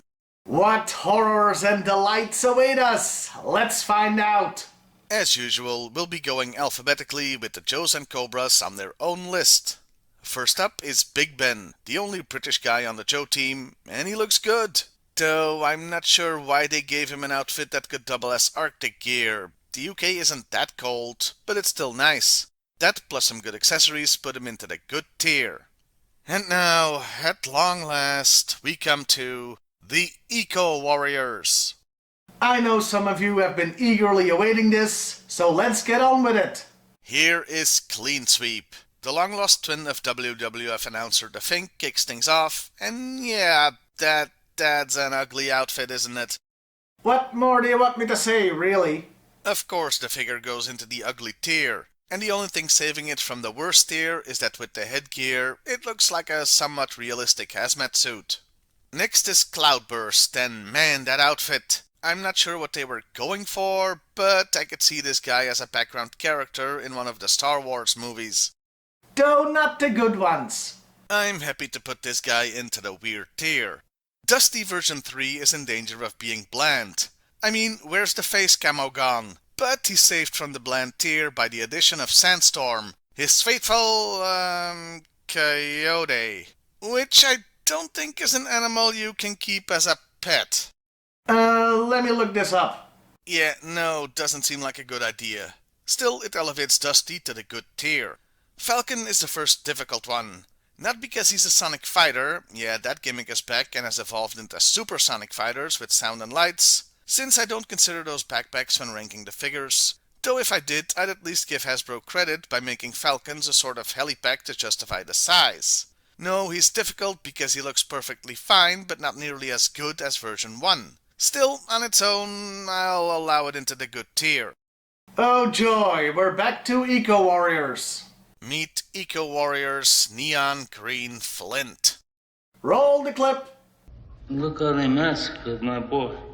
Yeah, Falcon, I could cut some slack, but having Flint go from this to this? That physically hurts. And the water squirt guns don't help. Worst tier. And 1991 seems to be the year for boldly and or badly reinventing character looks, as next we have General Hawk, who's now a spaceman, because of course he is. Why wouldn't he be? Okay, it is just a jetpack, but come on, that outfit screams space. What, was he jealous of Sky Patrol or something? I say he gets a well-deserved place in the weird tier. Speaking of badly reinventing, Grunt version 3 is ruined by two things. Those ugly pants, and the fact that his face is contorted into a permanent scream. Plus, he stole Hawk's helmet. Bad tier. Heavy Duty is a great figure, no doubt about that. And for once, I have to admit, this is a spring-loaded missile launcher done right. The figure is a hair's width away from the best tier, but there's one thing that keeps it out. Because I'm a petty, petty man. It's the neon green color on the missiles. Too ugly. If they had been a more normal color, this figure would have been in the best tier, but now it's just very high up in the good one. Yet another character that got a serious makeover is Lowlight, and it's done very, very well. The figure looks great and has some very nice accessories, so I'm pleased to tell you it goes into the best tier. And we go from the dizzying heights to the terrifying lows. With Major Altitude. That is one ugly figure. Plus, it's made up completely of older body molds. Normally, I'd put it in the bad tier, but I'm gonna be petty again and put it in the worst tier, because a character called Major Altitude isn't even a major, but a freaking warrant officer. Old character with a brand new look yet again as we take a look at Mercer version 2. And I really like the changes here. He looks older and more tempered. The best part is that he's an ex-Cobra Viper, and they beautifully integrated parts of the Viper's look into his outfit. That's so clever. and should have been done with version 1 really. I like it very much, but once again, there's one thing keeping it out of the best tier. The ugly neon orange accessories. Even so, I'll still give him first place in the good tier. Now, even though Ozone is an eco-warrior, I don't hate the figure. It certainly has a unique look, and not in a bad way. Still, given how he looks, I can't just put him into the good tier, since he belongs in the good but weird one. And speaking of weird... Super Sonic Fighter Psych Out. Psych Out, can you ever just be normal? No, of course not. Why do that when you can be ridiculous of Borg here? Since he is a supersonic fighter, he comes with a backpack, and I have no idea what the hell it's supposed to be, but I'm sure the Borg Queen wants it back. Yeah, this guy is king of the weird tier. Rapid fire. Rapid fire. I give up! Because Hasbro sure as hell did. What is this? I don't even... Super Trooper, whose body is used here, was already pretty out there, but rapid fire proves things can always get worse. Those are the ugliest colors I've ever seen on a G.I.Joe figure. Oh, by the way, he came with a VHS tape with a D-cartoon episode on it, but rapid fire never appeared in the cartoon, so I don't know why the hell he's even here. Congratulations, buddy! You have the honor of going into the actual worst tier. Next is Red Star, and finally some normalcy returns to the list. He looks fine, and has the best spring-loaded missile launcher in the line, by which I mean it's the only one that looks like an actual real-life weapon. He goes into the good tier. As an aside, though he is October Guard, the file card states he's Ukrainian.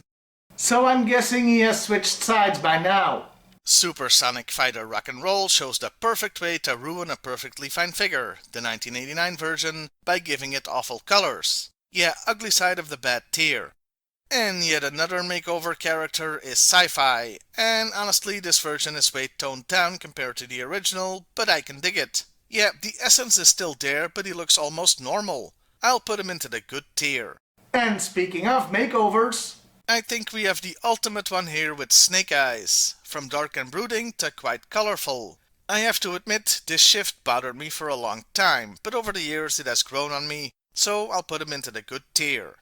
Well, we had the only British guy, so now meet the only Australian, Skymate. And yes, of course, he came with a boomerang. Okay, now, just look at this figure. Once again, do I really need to say anything? I mean, weird tier, obviously. Next is Tracker, and this guy looks like a jogger. Like you could meet somebody dressed like this on your morning run. Okay, he did come with an actual inflatable raft, which I guess is cool, but it won't save the figure from the bland tier. And lastly... Zep, Supersonic Fighter version. You know what this guy kinda reminds me of? Jesse Ventura at the end of The Running Man. And his sonic pack looks like it belongs in Star Wars, making annoying beeping noises as it's used for cover. So yeah, sci-fi B-movie Zep here goes into the weird tier. And those were all the Joes.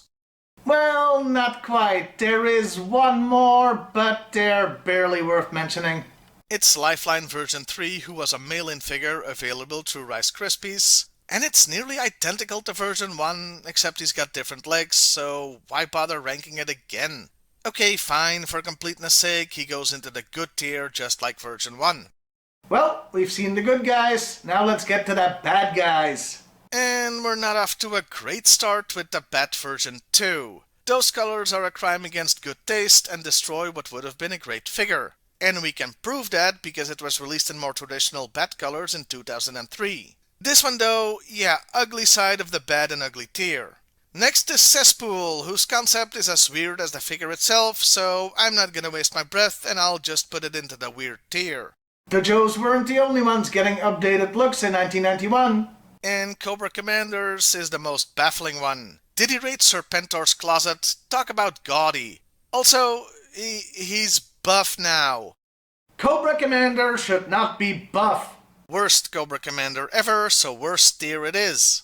And we go from the bottom of the barrel to the top of the line with the Crimson Guard Immortal. I think it was smart they didn't make this a Crimson Guard version 3, but let it be its own thing. And the figure looks great. Like his spiritual predecessor, he goes into the best tier. The Desert Scorpion is pretty neat and it comes with a giant scorpion. Okay, I may have given Dusty too much crap regarding his choice of pet. Still, disregarding that, the figure looks good, and it was about time Cobra got a Desert Trooper, so he goes to the top of the good tier.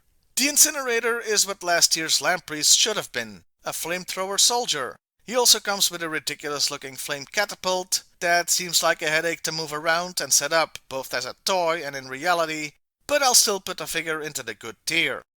This next one may be a bit controversial. The Interrogator has his detractors, mostly because the helmet is pretty stupid, but I absolutely love this figure. Though I admit I use it as a trooper, so I army build with it. But hey, this is my list, so I'm putting him in the best tier. Major Blood is the first Cobra supersonic fighter, and has the only backpack I really like, as it's a jetpack. Except, wait, so why the hell didn't they make Hawk a sonic fighter and give him that? Anyway, Blood is pretty good, so he goes into the good tier. Night Vulture is an edge case. I really don't like the orange on him, but at least it's not neon, and it doesn't completely ruin the figure, so he gets to go into the good tier. But just barely. Oh god, Supersonic Fighter Road Pig. Why is he orange? Why is his skin orange? Why in the name of Serpentor's hemorrhoids is he orange? I want to go to whatever insane asylum the toy designer must be in right now and demand answers. Now, this may shock and surprise you, but I'm putting him in the worst tier. The Sky Creeper has potential. It's a decent mold, but those colors are just blech. So he goes into the ugly side of the bad and ugly tier. Hey, did you see my Badger review last week where I made a custom one to improve it? Well, here's what I did to a Sky Creeper. Looks better, doesn't it? I haven't changed my mind on the Snow Serpent version 2, so like with the Arctic ranking, he goes into the good tier. And now we come to the last two figures, both related to Eco Warriors. First is the Sludge Viper, another mold that had potential but got a rough deal with the color scheme. So it's another one for the ugly tier. Hasbro improved this one themselves by using the mold for the Sub Viper. And lastly, the Toxo Viper version 2. Yeah, I like it, good tier. Okay, that is a bit anticlimactic. I dig the insect look of the helmet and the whole figure. And this is yet another reimagining of an older character. Man, there were a lot of those in 1991. The real downside that I haven't factored in for the whole Eco Warrior subline is the dumb watercolor change gimmick that can permanently mark the figures. For my own sanity and the sake of the list, I've just ignored that, but yeah, that is annoying. And that was the list. All 1991 G.I.Joe figures ranked. All 37 of them. Now go complain about it in the comments below. 1992 has about the same amount of figures, so that'll be fun when we get to it. Well, I'll see you next time, everybody. And hey, why not like, share, and subscribe if that's your thing? Got to get tough, yo, Joe. Got to get tough, yo, Joe. Hey, welcome to Half the Battle. It's time for another ranking. And today it's time for the 1992 G.I. Joe figures. As always, we'll be going alphabetically with the Joes and Cobra on their own lists. Though it's more Joes and bad guys this time, but we'll get to that. First up is Ace version 2. Can you believe it took nearly a decade for a second Ace figure to come out? And this one looks like a proper fighter pilot. Let's ignore the fact he didn't come with a plane but with a battlecopter, shall we? I do really like the look, though it is sort of a generic one. Still, I think he's cool enough to just avoid the bland tier and make it into the good one. Oh look, Eco Warriors are back. Joy. It's barbecue and I don't hate it. Colors are okay, still looks like a fireman, which means for once the real water gun gimmick makes sense. So yeah, I can't believe I'm saying this, but I'm putting him into the good tier. In dead last place though, because still, Eco Warriors. Next is Barricade, who looks like if Robocop and a Power Ranger had a baby. So that's an easy one, isn't it? Straight into the weird tier. Big Bear looks like what he is, a Russian soldier, which makes him pretty unique looking in the Joe team. He isn't that exciting, but still well enough looking to make it into the good tier. Bulletproof brings us yet another sub-team, the DEF, or Drug Elimination Force, whose gimmick, apart from drugs are bad, okay, were electronic weapons with real lights, etc. They looked stupid. I'm gonna mostly ignore those and focus on the figure, which isn't that great, but not really bland either, so I guess it goes into the good tier. We're sticking with DEF, as next is Cutter, who looks like a generic Coast Guard guy. Yeah, this doesn't really do much for me, so I'm putting him into the bland tier. The second and last Joe Eco Warrior is Deep Six, and dear lord, those are some ugly colors. And that helmet thing looks stupid. I was gonna put him in the worst tier, but he came with a dolphin, and those are cute, so it's just a bad and ugly tier for him. Thought we were done with new sub-teams? Think again. Because 1992 introduces us to the Ninja Force. Oh joy again. Dojo does not make a very good first impression for this team, as he looks ridiculous. And this goes for all of them, but a real ninja action gimmick makes it much harder to repair the figures if something breaks, so that's a point against all of them. Now yes, we can all agree Dojo is weird, but he's not good but weird, so he goes into the bad tier. Next is Duke, who's got a brand new look that's pretty decent. He's brought down a bit by his main accessory, a stupid looking cannon that has a freaking seat on it, nothing phallic to see here I'm sure. But even so, he goes into the good tier. Stupid accessories seem to be the theme of 1992. As General Flag comes with a catapult that fires missiles. Who's their arms dealer, Wile E. Coyote? Yes, I know he gets all his stuff from Acme, shut up, I'm the pedantic one here. Despite that thing, the figure itself is very nice, so he goes into the good tier. General Hawk is back, and now we have to discuss the Talking Battle Commanders. Ugh. Hasbro made huge electronic backpacks that had sound clips in them to make the figures talk, not unlike the Sonic Fighters. Which would be fine since you could just take those off and forget about them. But for some reason, they attached these talking backpacks to the figures with actual screws, so removing them is a huge pain in the ass. Definitely deducting points for that. Also, while the mold isn't bad, the color scheme here is just awful and drops Hawk even further into the bad tier. Gung Ho has a great updated look. He's got a real jungle fighter thing going on here, and he would have made it into the best tier if not for two of his accessories. The unavoidable missile launcher that really shoots, and a comically oversized machine gun. He's still got a spot pretty high in the good tier though. Back to DEF with Mutt, who's pretty unremarkable but comes with a working net launcher? Yeah, sure, that's how you catch drug dealers, I guess. He gets a spot in the good tier, but only because he came with a doggo again. And we're back to Ninja Force with Nunchuck, who I'm happy to say doesn't suck and looks pretty awesome. Even the gimmick doesn't keep him out of the good tier. I don't have that much to say about Roadblock. It's hard to make a bad Roadblock figure, so he goes into the good tier. Dumb accessories be damned. Shockwave is the last DEF Joe and pretty damn great. So, great tier? Yeah, no. I said I wouldn't take those accessories into account too much, but he's got a stupid light-up tank that drags the figure, not to mention the mood, down. It's fair to say that the accessories in general are what keeps 1992 from being a great year G.I. Joe-wise. He'll go into the good tier and be happy about it. Spirit gets an updated look, and he reminds me of what a new-gen WWF wrestler could have looked like in the 90s. Those are some loud colors, aren't they? Yeah, sorry, he goes into the ugly side of the bad and ugly tier. Back to Talking Battle Commanders. With Stalker. Not happy with this guy either, and I guess that makes two of us, because his face is not that of a happy camper. Probably because of the hernia he got from carrying the backpack. Those things, plus those ugly pants, put him in the bad tier. And now there's one very special figure we have to talk about. The Gold-Headed Steel Brigade. It's the most expensive loose figure out there, and is revered in the G.I. Joe collectors community. It also looks stupid as hell. Why is it so different compared to previous Steel Brigade versions? Why the gold head? The very existence of this figure is enough to put it into the weird tier. The gold head is just a cherry on top. Ninja Force Storm Shadow. I don't really understand why they went full winter theme with him. His outfits have always been white, but why this Christmas ornament look? That's enough for me to put him in the good but weird tier. I was going back and forth on Chabang. Bad or weird, bad or weird. I guess I like him just about enough to put him in the good but weird tier, but it was very, very close. I really like Wetsuit. He looks simple but efficient and has a great looking helmet. Plus he's got a missile launcher that for once doesn't suck as it doubles as an underwater sled. I even like the bright yellow. So this may be controversial, but I'm putting him in the best tier. What, do you wanna fight me about it? And lastly, Wild Bill, who appears to be cosplaying as a Civil War Union soldier, and I guess that's fine. It's also very weird, so into that tier he goes. Well, we took the good, now we take the bad, and then we'll have the facts of life. Or at any rate, a completed video. So it's time for the bad guys. And we start with the Daredevil, a figure I really like. He looks cool and dangerous, and he reminds me of those uniforms from V.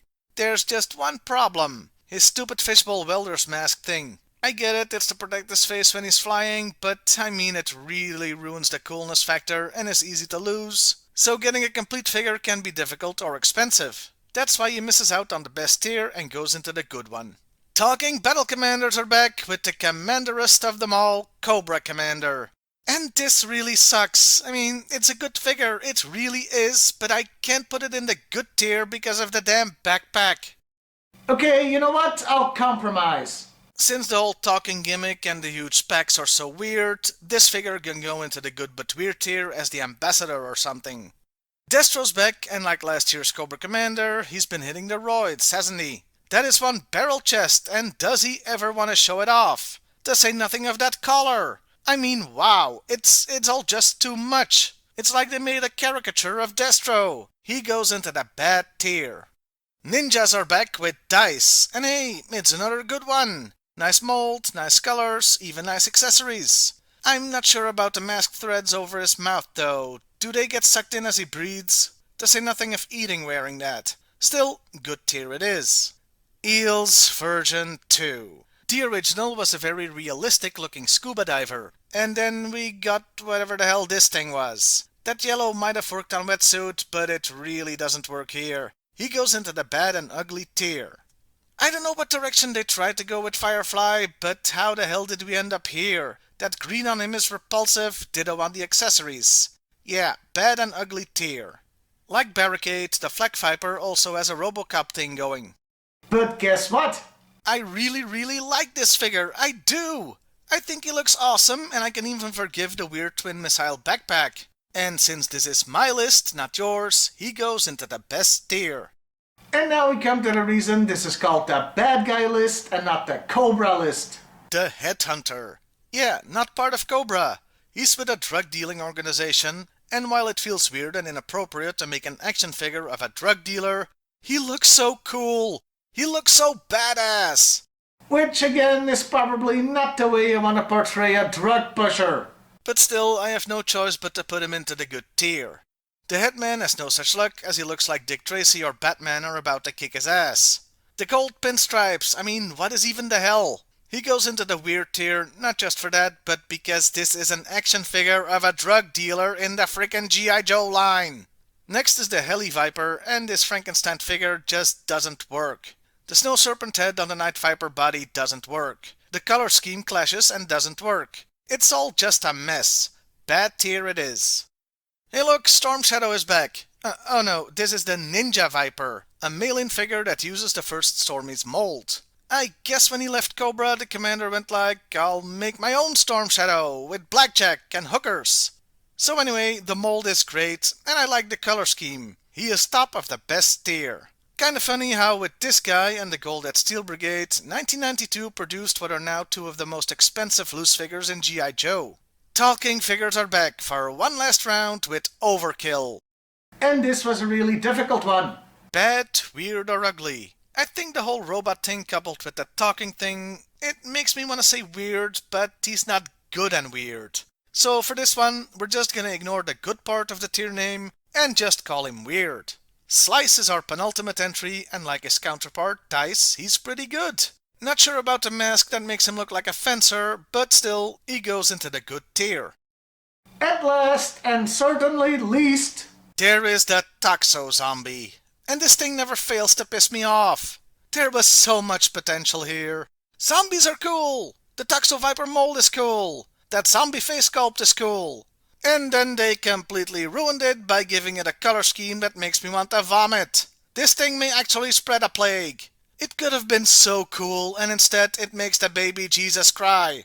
For screwing up this bad, I'm putting it in the worst tier. and we're done. All 1992 G.I. Joe figures ranked. All 37 of them. We had drug dealers, talking figures, cosplayers, ninjas. It sure was a crazy year. Now go tell me how much the Flak Viper sucks in the comments below. Wow, 37 figures. That sure was a lot. Now let me just quickly check Yojo to see what 1993 will bring us as I take a large sip of this coffee. No, there is no coffee, because I know what's coming. A lot of you know what's coming. Some of you have even been gleefully looking forward to this in the comment section. Yeah, 1993. Almost 90 freaking figures. 109 if you count the Street Fighter ones, and the 3 mail-ins that were just reissues without any changes. I don't know how I'm gonna do this, but I'll get it done somehow. Maybe I'll clone myself, I don't know. Stay tuned, cause it's gonna be a monster. Well, I'll see you next time, everybody, and hey, why not like, share, and subscribe if that's your thing. Bigger, tougher, and more determined than ever to crush Cobra with awesome new combat divisions. G.I. Joe Battle Corps. We're gonna knock you. Hey, welcome to Half the Battle. We have finally arrived, ranking all 1993 G.I. Joe figures. But how the hell am I supposed to do that? Well, as you can see in the title, I'm splitting this here up in multiple parts to keep it manageable. So, one video for the Joes and one for the bad guys. I might do one for the Street Fighter sub-series, but only if there's interest in that, so let me know. Also, for the Joes, I'm leaving out the Rapid Deployment mail-in figures since they are identical to previous versions. Though I do have to mention Fast Draw, who according to Yojo.com didn't even come with his visor. Major fail there. Even with all that, with just the Joes alone, we still have to look at 60 freaking figures.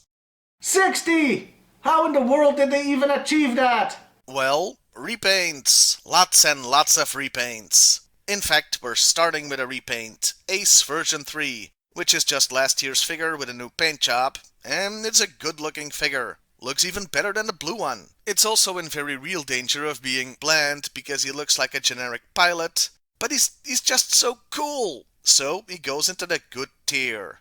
Next is Dino Hunter Ambush, and you know things have gone completely off the rails, not only because of the ugly orange, But also because there's a figure called Dino Hunter Ambush. the dino bit is weird, but the figure itself is ruined by the color, and not even that magnificent moustache can save him from the ugly part of the bad and ugly tier.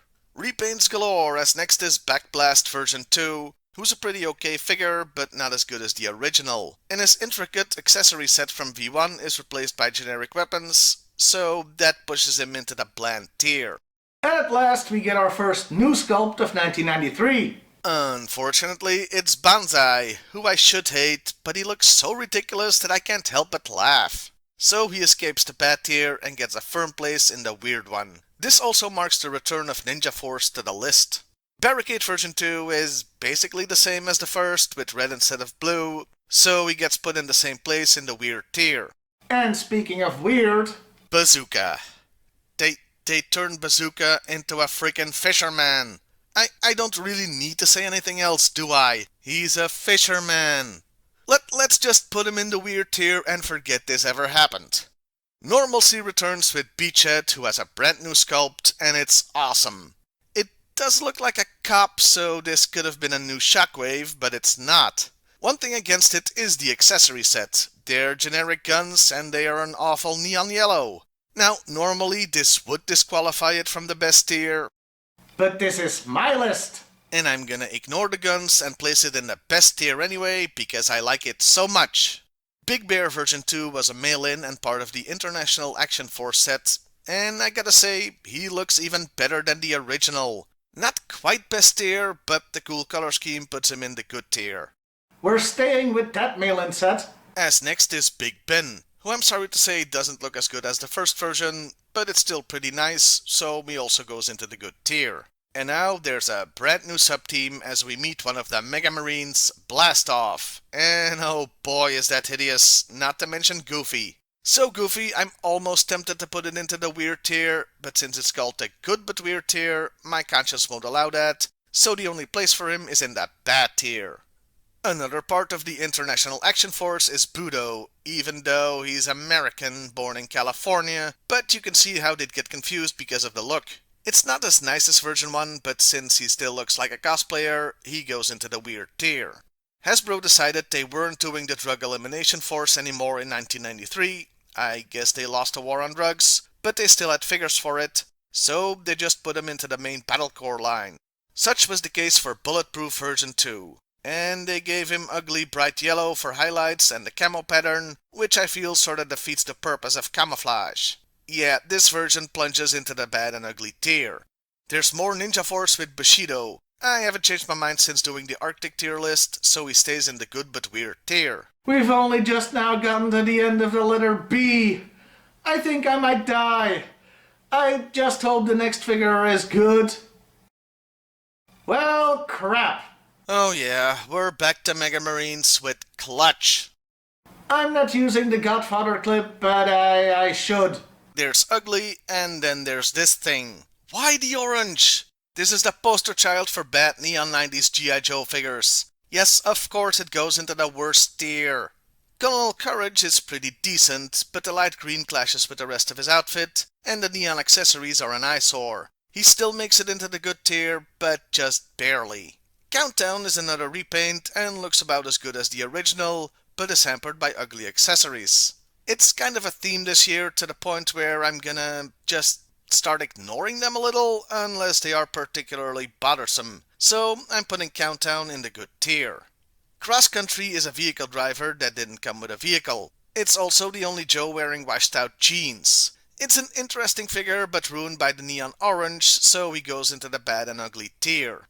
Repaint time again with Cutter, and here the colors are an improvement as they make him look more unique. So unlike the previous version, this one gets lifted out of the bland tier and into the good one. DJ introduces us to the Arctic Commandos mail-in set, and just like in my Arctic tier list, he goes into the weird tier again. Another mail-in and another bloody repaint. Deep 6. And we can't look at this thing for very long because we'll all go blind. That is one loud figure. Now, this may shock you, it may surprise you, but I'm gonna put this one in the bad and ugly tier. New mold time with Duke. And gee, I wonder, what kind of real-life events could have inspired the look of this figure? Could it be how soldiers looked during Operation Desert Storm 2 years earlier? I guess we'll never know. But hey, it's a great look, and even the accessories, though generic, look decent, so I'm putting him in the best tier. And that wasn't even the only Duke we got in 1993. There was also one in yet another new sub-team, Star Brigade. Oh, Countdown was also in Star Brigade, I just forgot to mention that. And actually, he's in a sub-team of a sub-team as he's part of the Armor Tech series. Meaning, he looks like this.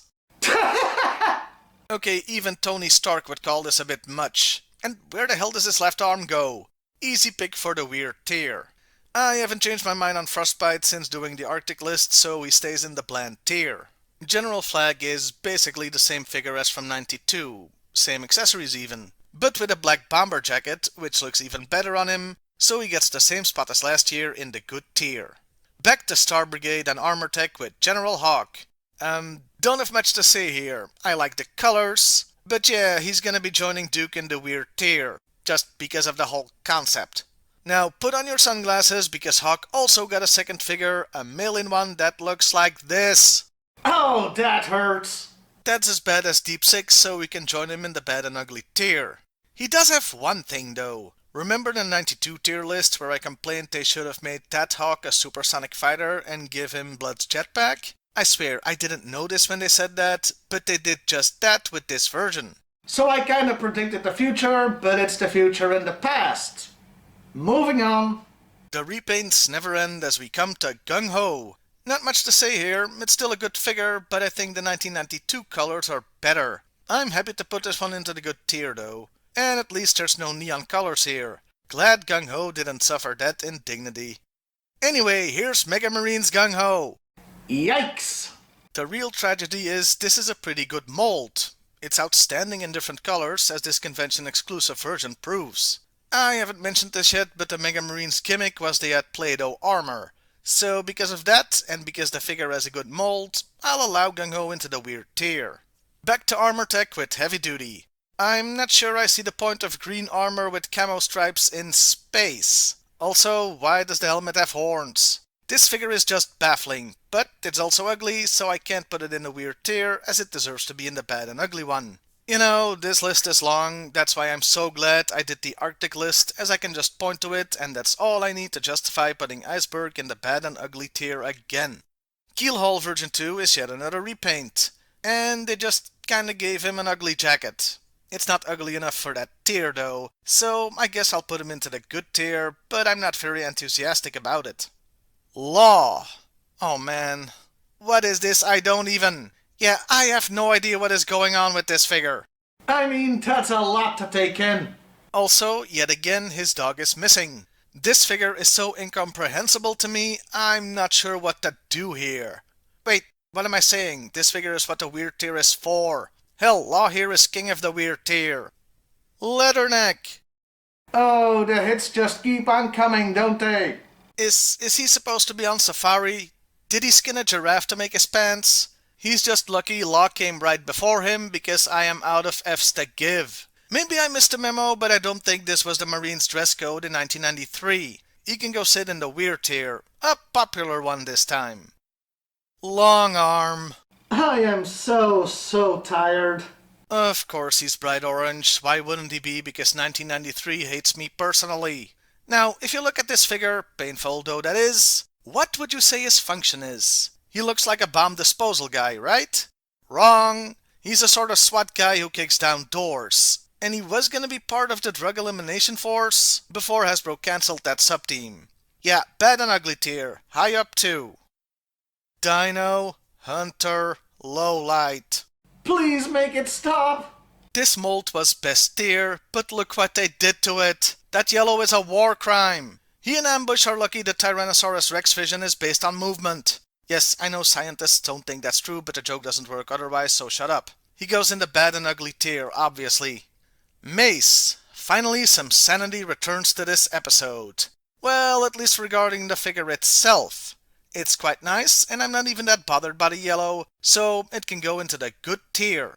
However, He comes with one of the most insane accessories in the history of G.I.Joe ever, maybe in the history of toys.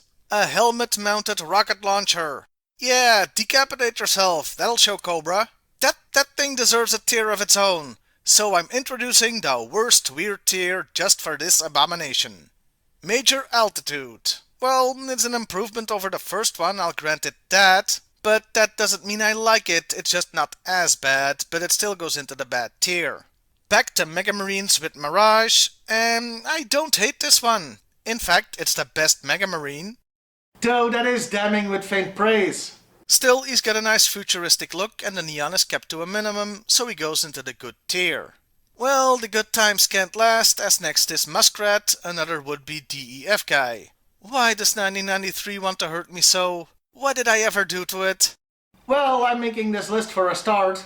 The mold isn't great, the orange is hideous, and it looks like he's got his undies on over his pants. And to top it all off, he comes with the same type of decapitating helmet rocket thing as Mace. He goes into the worst tier, and that helmet goes in the special tier.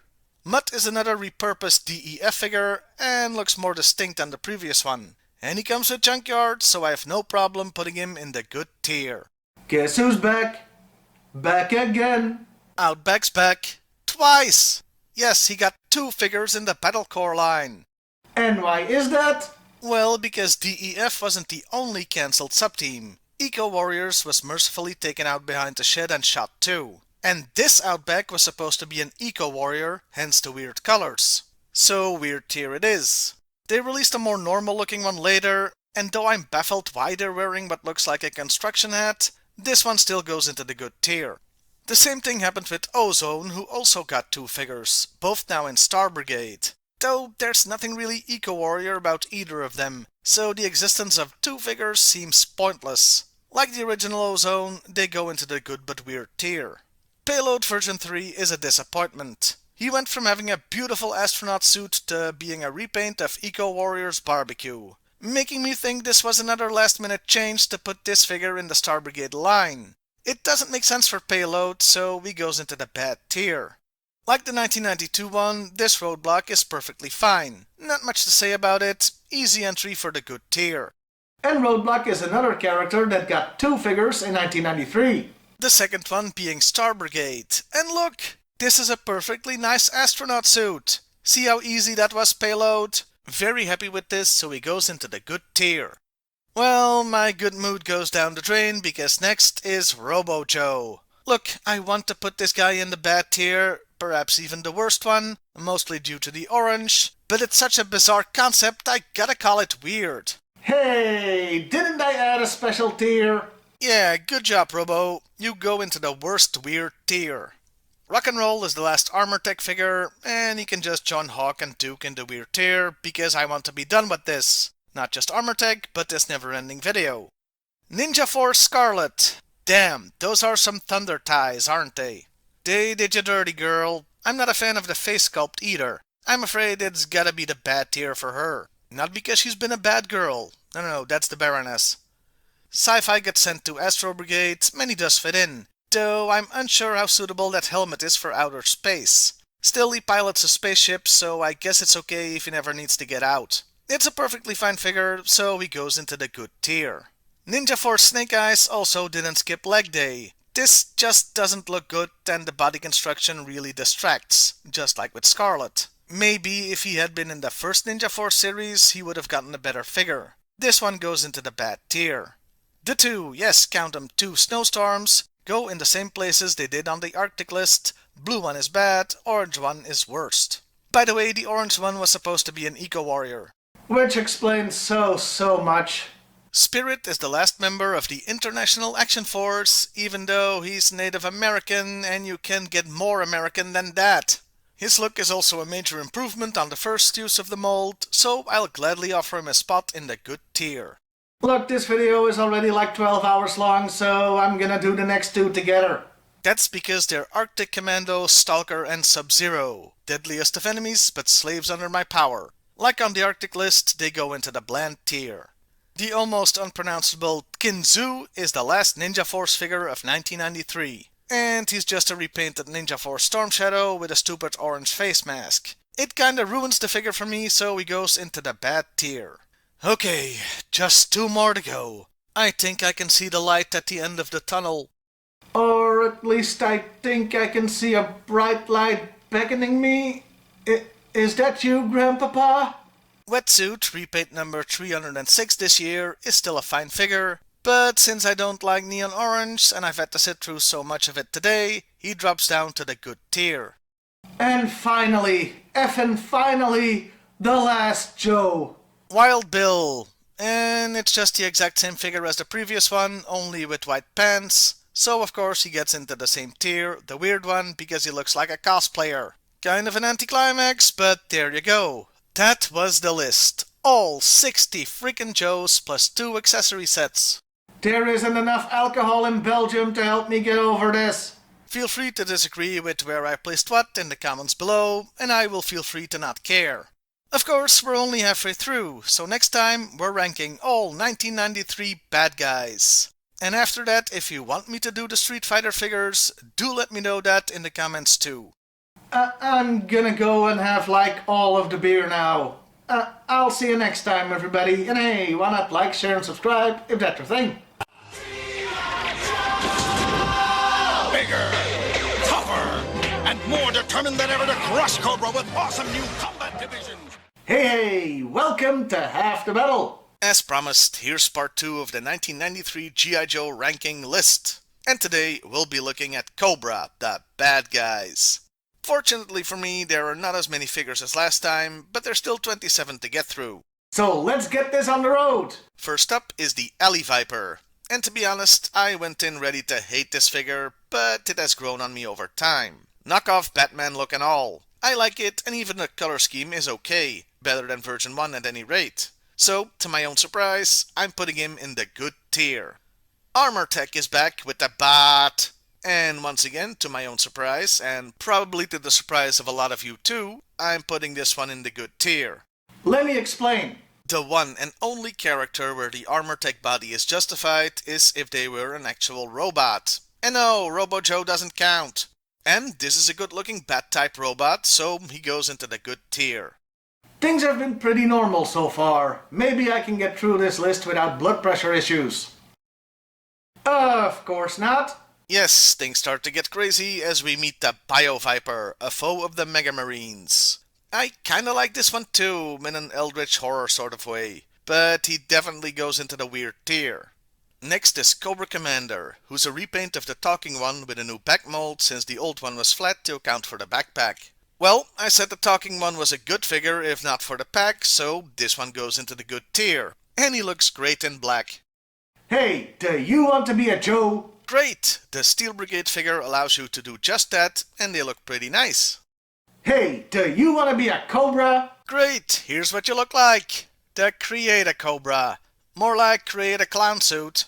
No wonder this ugly thing is worth a lot of money now, because I don't think many kids ordered this mail-in. This figure is an insult. It crashes through the bad tier straight into the worst one. The Crimson Guard Commander is disappointing. He's not very crimson and looks kinda goofy. It's not the worst figure in the Crimson family, that's still Banana Man, but he's pretty bad, so he goes into the bad tier. The Cyber Viper. Yeah, I was wondering when things would go completely off the rails, and I guess here we are. My clown suit insult may have been premature. I mean, look at this. He's all the bad colors at once. He's an enemy of the Mega Marines and the very concept of good taste. Just irredeemable garbage that belongs in the worst tier.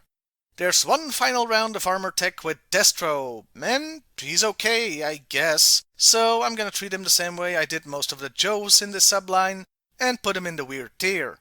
Now let's never mention armor tech again. Dr. Mindbender gets a second figure even though he died in the comics. Yeah, they cloned him, whatever. Whoever is a fan of the Borg at Hasbro needs to be stopped. It actually would have been a pretty decent figure if not for the awful yellow. In different colors, he'd be good tier material, but as is, ugly side of the bad and ugly tier. The 1993 Eels is basically the same as the 92 one, with just purple instead of blue, so he can join his twin in the bad tier. And the same basically applies to Firefly, with black instead of grey, so he gets the same spot in the bad tier too. Huh, this is kinda easy. Next is the Flak Viper, and oh man, what have they done to you? Your ass used to be beautiful.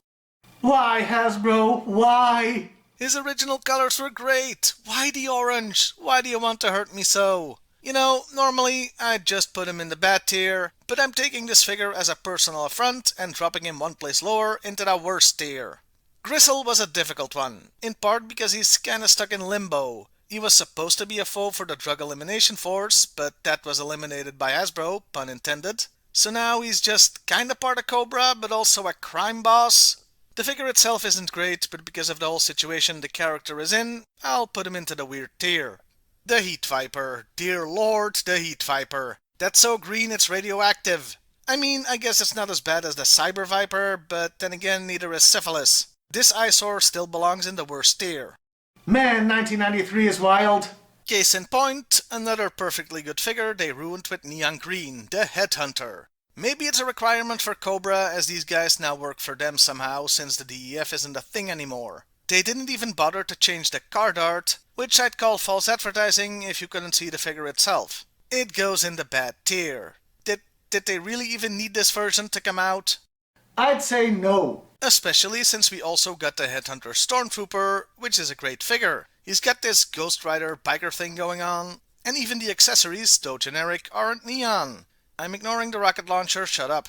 So yeah, great look, no complaints, best of the bad guys, he goes into the best tier. Oh, this next one is gonna hurt. Interrogator version 2. What the holy hell is going on here? I want to know what psychedelics the Hasbro designers were on in 1993, because that must have been some high quality stuff. Yeah, don't do drugs, kids. This could be the result otherwise. They turned a great figure into a monstrosity, and that's why this one is king of the worst tier. Next is the Mega Viper. Will this nightmare ever end? Once again, this is a case of a good mold being ruined by awful colors. The yellow is pretty bad, but that hot pink seals the deal. And we've seen this mold being better used as a convention exclusive. Now, because I do like the mold itself, this figure avoids the worst tier, but is placed firmly in the bad one. Now we come to the Monstro Viper. And I have to admit, I haven't seen many blonde werewolves, outside of Discworld of course. Another Mega Marines enemy, but at least a Bio Viper was somewhat original. This is just a werewolf. An ugly werewolf. He's got a gimmick where you put Play-Doh in his stomach creating a gut bomb. Now yes, that's gross, but it's fun for kids who like gross stuff, and that keeps him out of the worst tier, but he still goes into the bad one. Night Creeper version 2 was a difficult one. I don't really like it, especially compared to the original, but I can't really call it bad either. And it sure isn't bland. So I guess I have no choice but to put it in the good tier. But I'm not happy about it. The Night Creeper leader gets no such leeway. First of all, why is the Night Creeper part of Ninja Force, but this guy isn't? It just doesn't make sense. Also, does he buy his pants at the same store Leatherneck gets his? The blindfold thing has been done before, so it's not getting him into the weird tier. He's fated for the bad one. The Nitro Viper is just a track Viper in worse colors, and since the novelty has worn off, the color scheme is enough to put him in the bad tier too. Okay, for this next one, you have to pay attention. Can you spot the slight flaw with the red ninja? Concentrate really hard on this picture. Did you notice it? Yeah, it's not frickin' red. This is the Python Crimson Guard all over again. Somebody at Hasbro has no concept of the color red. And the color scheme they did pick is freaking terrible and a bad reuse of the dice mold, so it goes into the bad tier. I think the Red Ninja is the reason we didn't get a second dice figure, even though several characters had 2 repaints in 1993, but we did get a new version of Slice. Oh, sorry, wrong picture. This is an orange Slice. Yeah, that's pretty bad, isn't it? You know, those martial arts outfits usually look okay, but here he looks like he's wearing pajamas. Look, buddy, Goku may be able to pull off the orange gi, but you sure as hell can't. Bad tier. Snow Serpents, the Arctic List, haven't changed my mind, yada yada yada, good tier. I just want this to be over, okay? And our penultimate figure is the Target version 2. Okay, this is pretty gaudy, but would make sense for the more gaudy Iron Grenadier figures. Except that faction wasn't a thing anymore in 1993. He's just a regular Cobra now, so why this look? And that's confusing enough for me to put him in the weird tier. And at long last, the final figure. Zartan version 2. Why is he a punk now? And a ninja, since he's in the Ninja Force subline. At least neon colors make sense for a punk, so this is like the only figure where that's justified. But the existence of Ninja Force Punk Zartan is just baffling to me. Prime candidate for the weird tier. And there you have it, all 1993 Cobras ranked. And also, all Joes. We made it! I can finally escape this never-ending hell. Except I can't. Because the people in the comments have made it clear they really want me to do a Street Fighter list too. I don't know if they love me or if they hate me. You know what? Fine. You asked for this, and boy are you gonna get it. Next time, the Street Fighter ranked list. And then we can finally put 1993 behind us.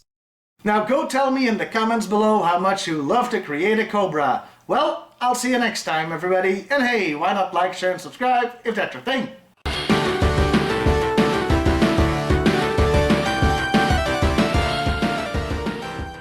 Hey, welcome to Half the Metal, and welcome back to 1993, the year that never ends. And today, we're ranking the G.I.Joe Street Fighter figures. Fortunately for my own sanity, this is the shortest list with just 18 figures, and we will, after what feels like an eternity, be done with 1993.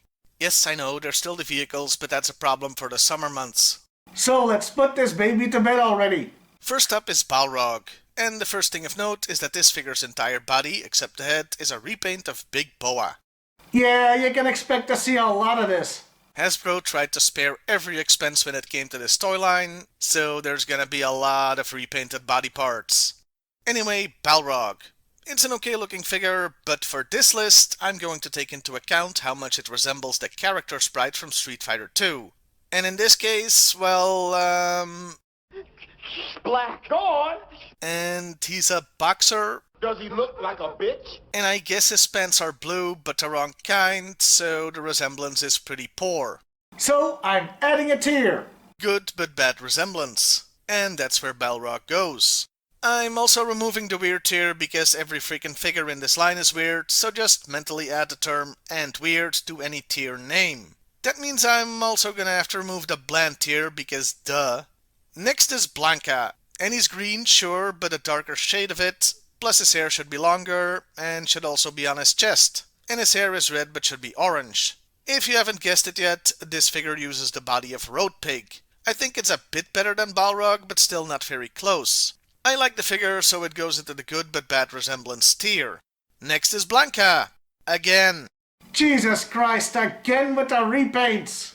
1993 may have been the biggest G.I. Joe year, but it must have been one of the cheapest to produce. This one is meant to resemble the character when he goes into his power move. The reason there's a second figure is because this one is a vehicle driver. Because you want a hulking rage monster behind the wheel. Obviously. Because this thing is so cheap and uninspired, it goes into the bad tier. Oh, as an aside, I'm not looking at the accessories this time unless they're relevant, since they're all just generic weapon trees. With the unavoidable rocket launchers, of course. Chun-Li, who pretty obviously uses Ninja Force Scarlet's body.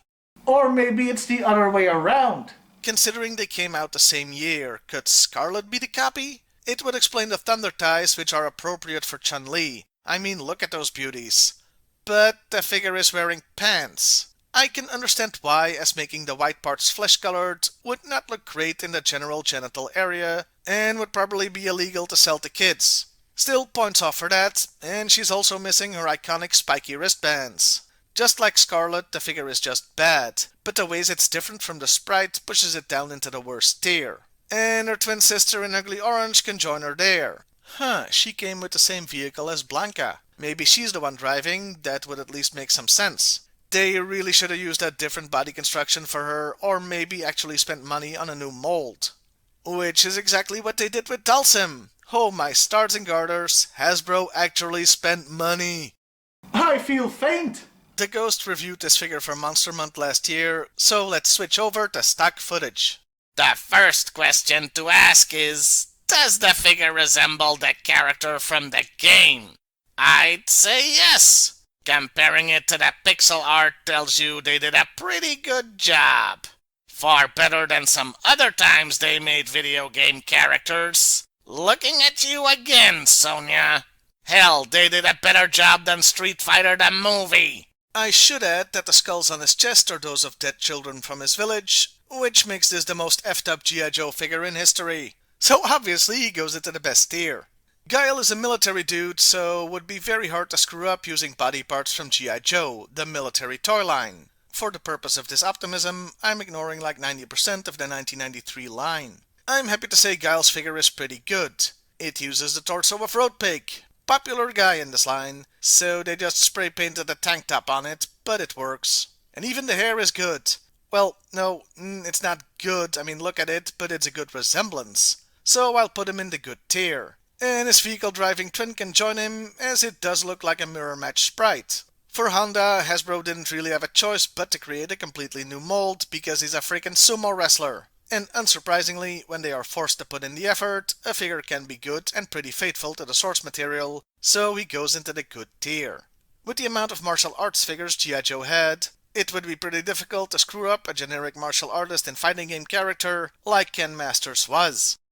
But somehow they succeeded here. No short sleeves, no bare feet, no open chest. They used Ninja Force Storm Shadow's body, which may not have been the best option. He goes in the bad tier, as does his twin, because we just can't have enough repaints in 93, can we? If anything, this figure belongs in Cobra. And now we come to the big bad.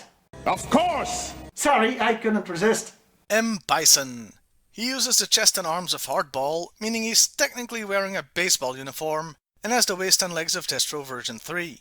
It's not a bad likeness. There's gloves instead of bare hands and no wrist armor, but that's kinda nitpicky. Some versions had silver shoulder pads that originally came with Road Pig, told you he was popular, but they don't help the actual resemblance being so big. Still, the likeness is okay and the figure is good, so he goes into the good tier. And so does his repaint, because here's a twin, there's a twin, everywhere's a twin. Gah! Ryu or Ryu is also pretty generic. Maybe I should rethink the bland tier. This figure uses Slice's body, and I think it's okay, though it has the same problems as Ken. No bare arms or feet, no bare chest, but since the figure is good, I'll put him in the good but bad resemblance tier. And say it with me, kids! The same goes for his twin. At least we're done with doppelgangers now, as the next figure is Sagat, who has a brand new body mold. I'm assuming due to the scar on his chest, though I'm amazed they didn't use Road Pig's chest again and painted a scar on it. So with all new molds, the resemblance is pretty good and the figure itself is nice, so he goes into the good tier. Our penultimate warrior is Vega, the last of the new molds. Now, I mentioned I wasn't gonna talk about accessories unless it was gonna be relevant. Well, I want you to study this sprite. Take a good look at it. Now, take a look at the figure's card art. Do you notice anything that's displayed prominently? Yeah, the claw. It's kinda his signature thing. Now, take a wild guess as to what accessory this guy did not come with. the freaking claw! And we know they had a claw accessory mold because the 1988 Storm Shadow came with one, and no, they didn't lose that mold because the freaking Chun-Li figure came with two of them. So did Sagat, in fact. Maybe others, I'm too filled with bile to keep searching. But the one guy known for having a claw didn't get one. This is such a baffling own goal. How did this happen? Especially with the card art and everything. To make things worse, even though it's a new mold, of all of those, this one looks least like the character. There's gloves, the pants go all the way down, and there's no fabric on the chest. There's weird crap on the chest, but no purple fabric. And he's got boots instead of, well, whatever the hell the sprite is wearing. All that, plus the claw thing that's making me irrationally angry, puts this guy in the worst tier. And after 3 weeks and over 100 figures, we finally come to the last one. Zangief. And it's quite an interesting one to end on. First of all, I really feel they should have bit the bullet and made a new mold for him too. I mean, he's a huge wrestler. But since they used G.I.Joe parts, I would have thought Road Pig would get another shot in. But no, they went for Gnagahide, whose chest looks less like Zangief's than Road Pig. I mean, it has fur. Zangief doesn't have fur, unless you want to count his chest hair. Also, look at those legs. Sure, they are flesh-colored, but they look really weird. That's because they're from the Bat Version 2 mold. You know, the robot. Wait, no, they wouldn't, would they? Are those supposed to be his scars? Because the sprite has those. This was a baffling choice, really. Another one was giving him black hair while the character's hair is brown. I could go on here, but I think you can see where this is going. Yeah, he goes into the bad tier. He avoids the worst tier because I still kinda like the figure itself. And we're done. All 1993 Street Fighter figures ranked. And indeed, at long last, every 1993 G.I. Joe figure ranked. It's over. It's finally over. 1993 is finally done. We killed it.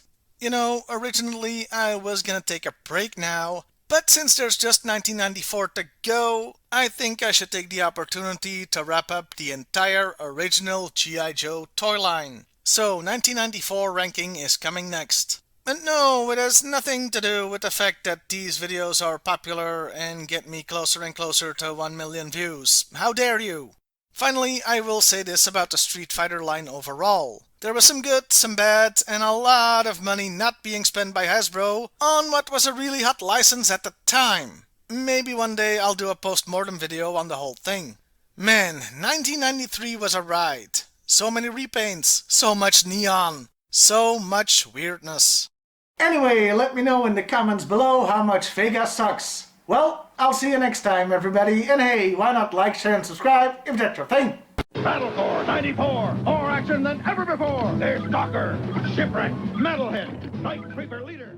Hey, welcome to Half the Battle. Well, we're finally here. It's time to wrap up the entire original G.I. Joe action figure line rankings as we take a look at the final year, 1994. So let's get cracking. As always, we'll be going alphabetically with the Joes and the bad guys on their own list. And I'm having a bit of a problem straight away. You see, in 1994, Hasbro put out the G.I. Joe 30th Anniversary Action Team boxes. These were 3 3/4 inch versions of the original 1960s G.I. Joes. They were Action Marine, Pilot, Astronaut, Sailor, and Soldier, with the Pilot and Sailor having 2 figures for a total of 7. The problem is, these aren't part of the main G.I. Joe line, so I'm not sure they should even be here. Let's compromise. Since it's a nice set with good figures, I'll put the group in the good tier as honorable mentions. We start the list proper with Beachhead, who's a repaint of the 92 version. Oh yeah, it's not as bad as 1992, but there will still be plenty of repaints to be seen today. In this case, they gave him an ugly yellow vest. Even so, I still like the figure, but it doesn't go into the best tier like the previous version did. I'll still put it in the good tier. Bushido lets me go back to Old Faithful, the Arctic tier list, so he goes in the same spot as on that one, in the worst tier. Countdown takes us to Star Brigade. The colors aren't great, but not terrible either. That is until you look at the helmet and that thing stands out like a sore thumb and rockets the figure down to the bad or ugly tier.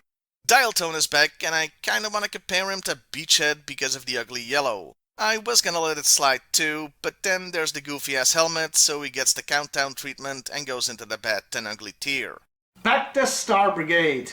And the final Duke figure of the original line. The figure itself is pretty good, but this must be a trend in 1994 because the helmet is just what the hell. Let's forget for a moment that it looks like a fishbowl and focus on the fact this space helmet, which is used to survive in the vacuum of space, doesn't close around his neck.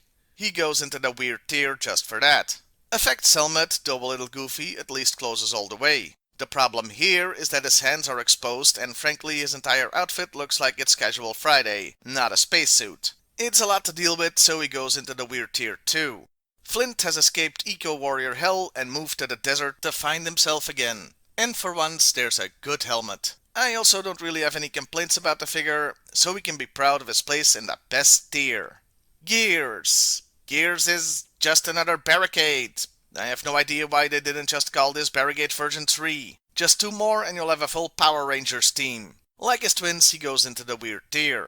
The next one is also a special case. It's the mail-in G.I.Joe figure called, G.I.Joe. Yeah, it's Joe Colton, and this is an homage to the original 60s G.I. Joe figure. Unlike the action team, this guy is actually part of the team, and it's a good figure, so into that tier he goes. Oh, I know some of you have been looking forward to the next one. The Ice Cream Soldier.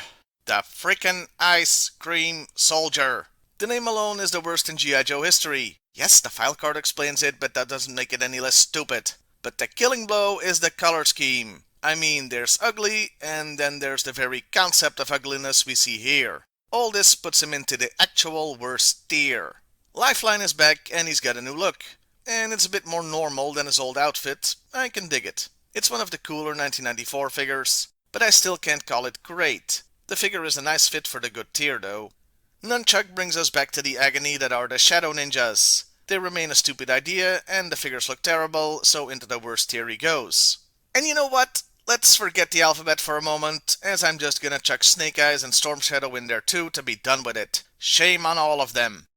And like a bad odor you can't get rid of. Ozone is back once again, and I don't know how this nothing character got 4 freaking figures made of him. He joins his brothers in the weird tier. Payload is back with a vengeance, and I gotta admit, I kinda like this look. It's probably the best the mold has looked, so I can't believe I'm saying this, but I'm gonna put him in the good tier. Now, for reasons only known to Hasbro and their drug dealer, Payload got a second figure in 1994, and it was this one. Oh dear. That's not good. I mean, it's kinda like Duke, but in a completely different way, as the color makes it look like he's got a fishbowl on his head too. It ruins it and proves colors matter as it goes into the ugly side of the bad and ugly tier. Roadblock's final hurrah is a repaint of his 92 figure. Now yes, it is orange, but it's not the bad kind of orange, and does evoke images of astronauts in their flight suits during the 80s and 90s. So I'm putting him in the good tier, and he can thank me for it. Sci-Fi is a mess. He's got a robot hand because Robo-Joe was such a success, I guess. And that yellow hurts to look at. Also, ridiculous helmets are back, I see. So all of that means there's only one place for the figure, the bad and ugly tier. Shipwreck is disappointing considering he's such an iconic character. I mean, they made him a generic diver here. Which I don't think was in his job description before. This could have been a new torpedo or something. That means it's the return of the long-neglected bland tier, as that's where this figure belongs. You're used to hearing this by now, but Snowstorm, same place as Arctic tier list, so let's move on. He gets to be in the good tier. And we say goodbye to Star Brigade with Space Shot, who I think wandered in from a Star Trek set. Stupid helmets are back with one that is no use in actual space, but just the fact that this could be a Starfleet uniform with grenades makes him cool enough to go into the good but weird tier. Stalker would have been a candidate for the best tier if it wasn't for the dumb yellow highlights that have no place being there. Without them, he could have been a very late addition to Night Force even. As it stands, he goes into the good tier. And the final Joe of the original toy line is... Well, it's quite the anticlimax, as it's Windchill version 2. He keeps his spot from the Arctic list on the bad or ugly tier. And those were all the Joes. Well, technically that's not true. This hasn't come up before, but there was a convention exclusive figure in 1994, the fighter pilot. But it was more adjacent to the original 60s Joe, like the action team was. I guess I'll add him to the action team as another honorable mention in the good tier. Okay, just one more list to go. The bad guys are here. And we start with the Alley Viper. Ah! Oh, that's horrible. You know what they went and did? They tried to mimic the colors of the original Alley Viper, and this monstrosity was the result. The mold is ruined, and just for that, I'm putting it in the actual worst tier. The Black Star is insecty and kinda ugly, but I think we can all agree that he's mostly weird looking, and since I don't hate the design, he can go into the weird tier. Okay, brace yourselves for the next one.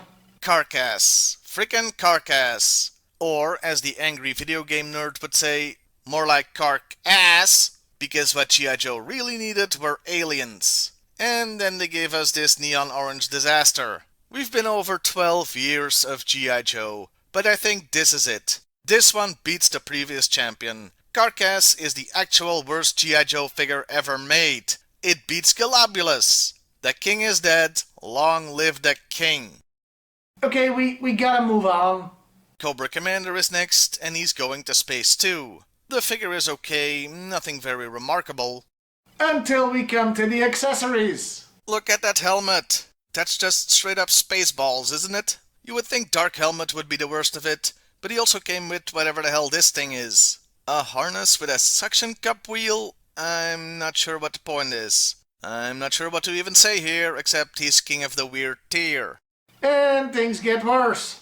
As we return to the Lunartic's aliens with Lobotomax. A stick insect with an exposed brain in ugly colors. Gee, and people wondered why the G.I. Joe line died after 1994. It's not as bad as Carcass, then again nothing is, so he can be king of the regular worst tier.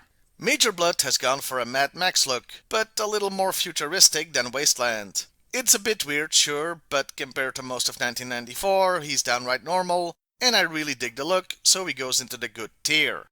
And speaking of futuristic, there's Metalhead, and I have to say, this figure is a definite improvement over the original. He doesn't look goofy anymore, though I can't deny the Hasbro Borg fan is at it again. Still, it's a good figure, so he goes into that tier. Night Creeper and Slice for that matter get the same treatment as the other Shadow Ninjas and go into the worst tier. And Night Creeper Leader is very fortunate that he's not in the Shadow Ninjas, so he avoids the worst tier. The figure is still crap though, so he goes into the surprisingly empty bad tier. The third and final alien, Predacon, is the best of the bunch, though that's not saying much. Still, I like him well enough to put him in the weird tier. The Techno Viper is a repaint of the original, and they sure went in a strange direction with the colors. That color scheme is bizarre, but I can't say I hate it. Sure, it sucks compared to the original, but I don't know, there's something about it that works for me, so I'll put him in the weird tier.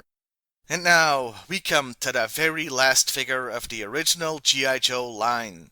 let's savor this moment, people. Are we going out on a high? We are not, as it's the Viper Version 4. I said that Techno Viper went in a strange direction, but this one has discovered a whole new way of traveling away from the original. He looks more like he was supposed to be a new Toxo Viper or something. The mold is pretty ugly, though the colors are okay. But considering how iconic the Viper is, this feels like an insult to the original. That's why I'm putting him in the worst tier. Well, mission accomplished. With these last 45 figures from 1994, all figures from the original G.I. Joe line have been ranked. This was quite the undertaking and one hell of a journey. I want to thank every one of you for going on this ride with me. It's been great fun, despite all my complaining. Now, you may still have some questions. What about the Street Fighter movie figures? Or the Mortal Kombat ones? Well, maybe we'll do those at some point. And maybe you want to see the 1997 and 98 line too. Well, I'm definitely gonna get to that, just not right now. And as for the years after that, I'll have to think about it. Let me know in the comments what you want to see. For now, half the battle is done with rankings for a while, as I've got reviews to get back to. Well, I'll see you next time, everybody. And hey, why not like, share, and subscribe if that's your thing? G.I. Joe, American hero. G.I. Joe is there. It's G.I. Joe against Cobra the enemy. save the day. He's a terrifying enemy of G.I. Joe. Destro is his name. Destro is his name. G.I. Joe, American hero, fighting evil Destro. Introducing Destro. G.I. Joe, American hero. G.I. Joe is there. It's G.I. Joe against Cobra the enemy.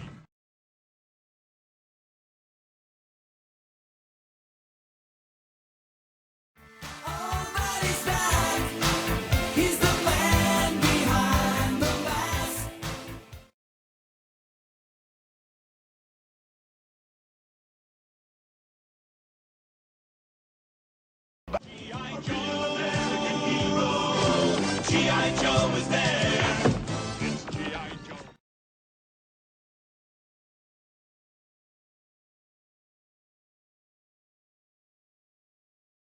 G.I. Joe, American hero. G.I. Joe is there. It's G.I. Joe.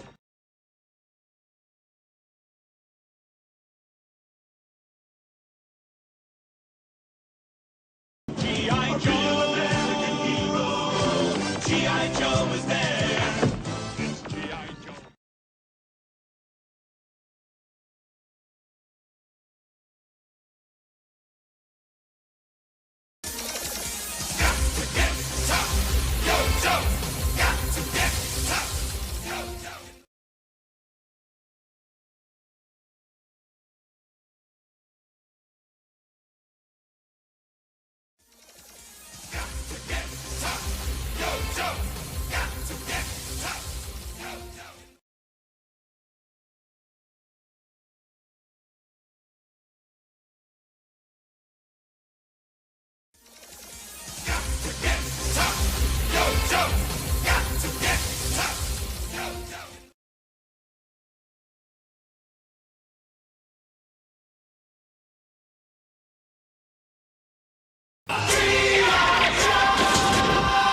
Bigger, tougher, and more determined than ever to crush Cobra with awesome new combat divisions. G.I. Joe Battle Corps. We're gonna knock you.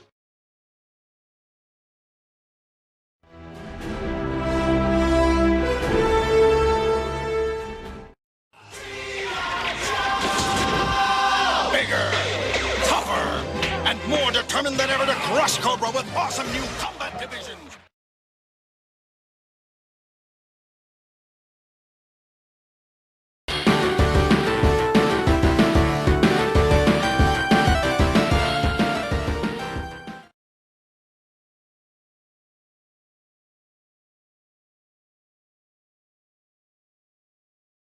Battle Corps 94, more action than ever before. There's Docker, Shipwreck, Metalhead, Night Creeper Leader.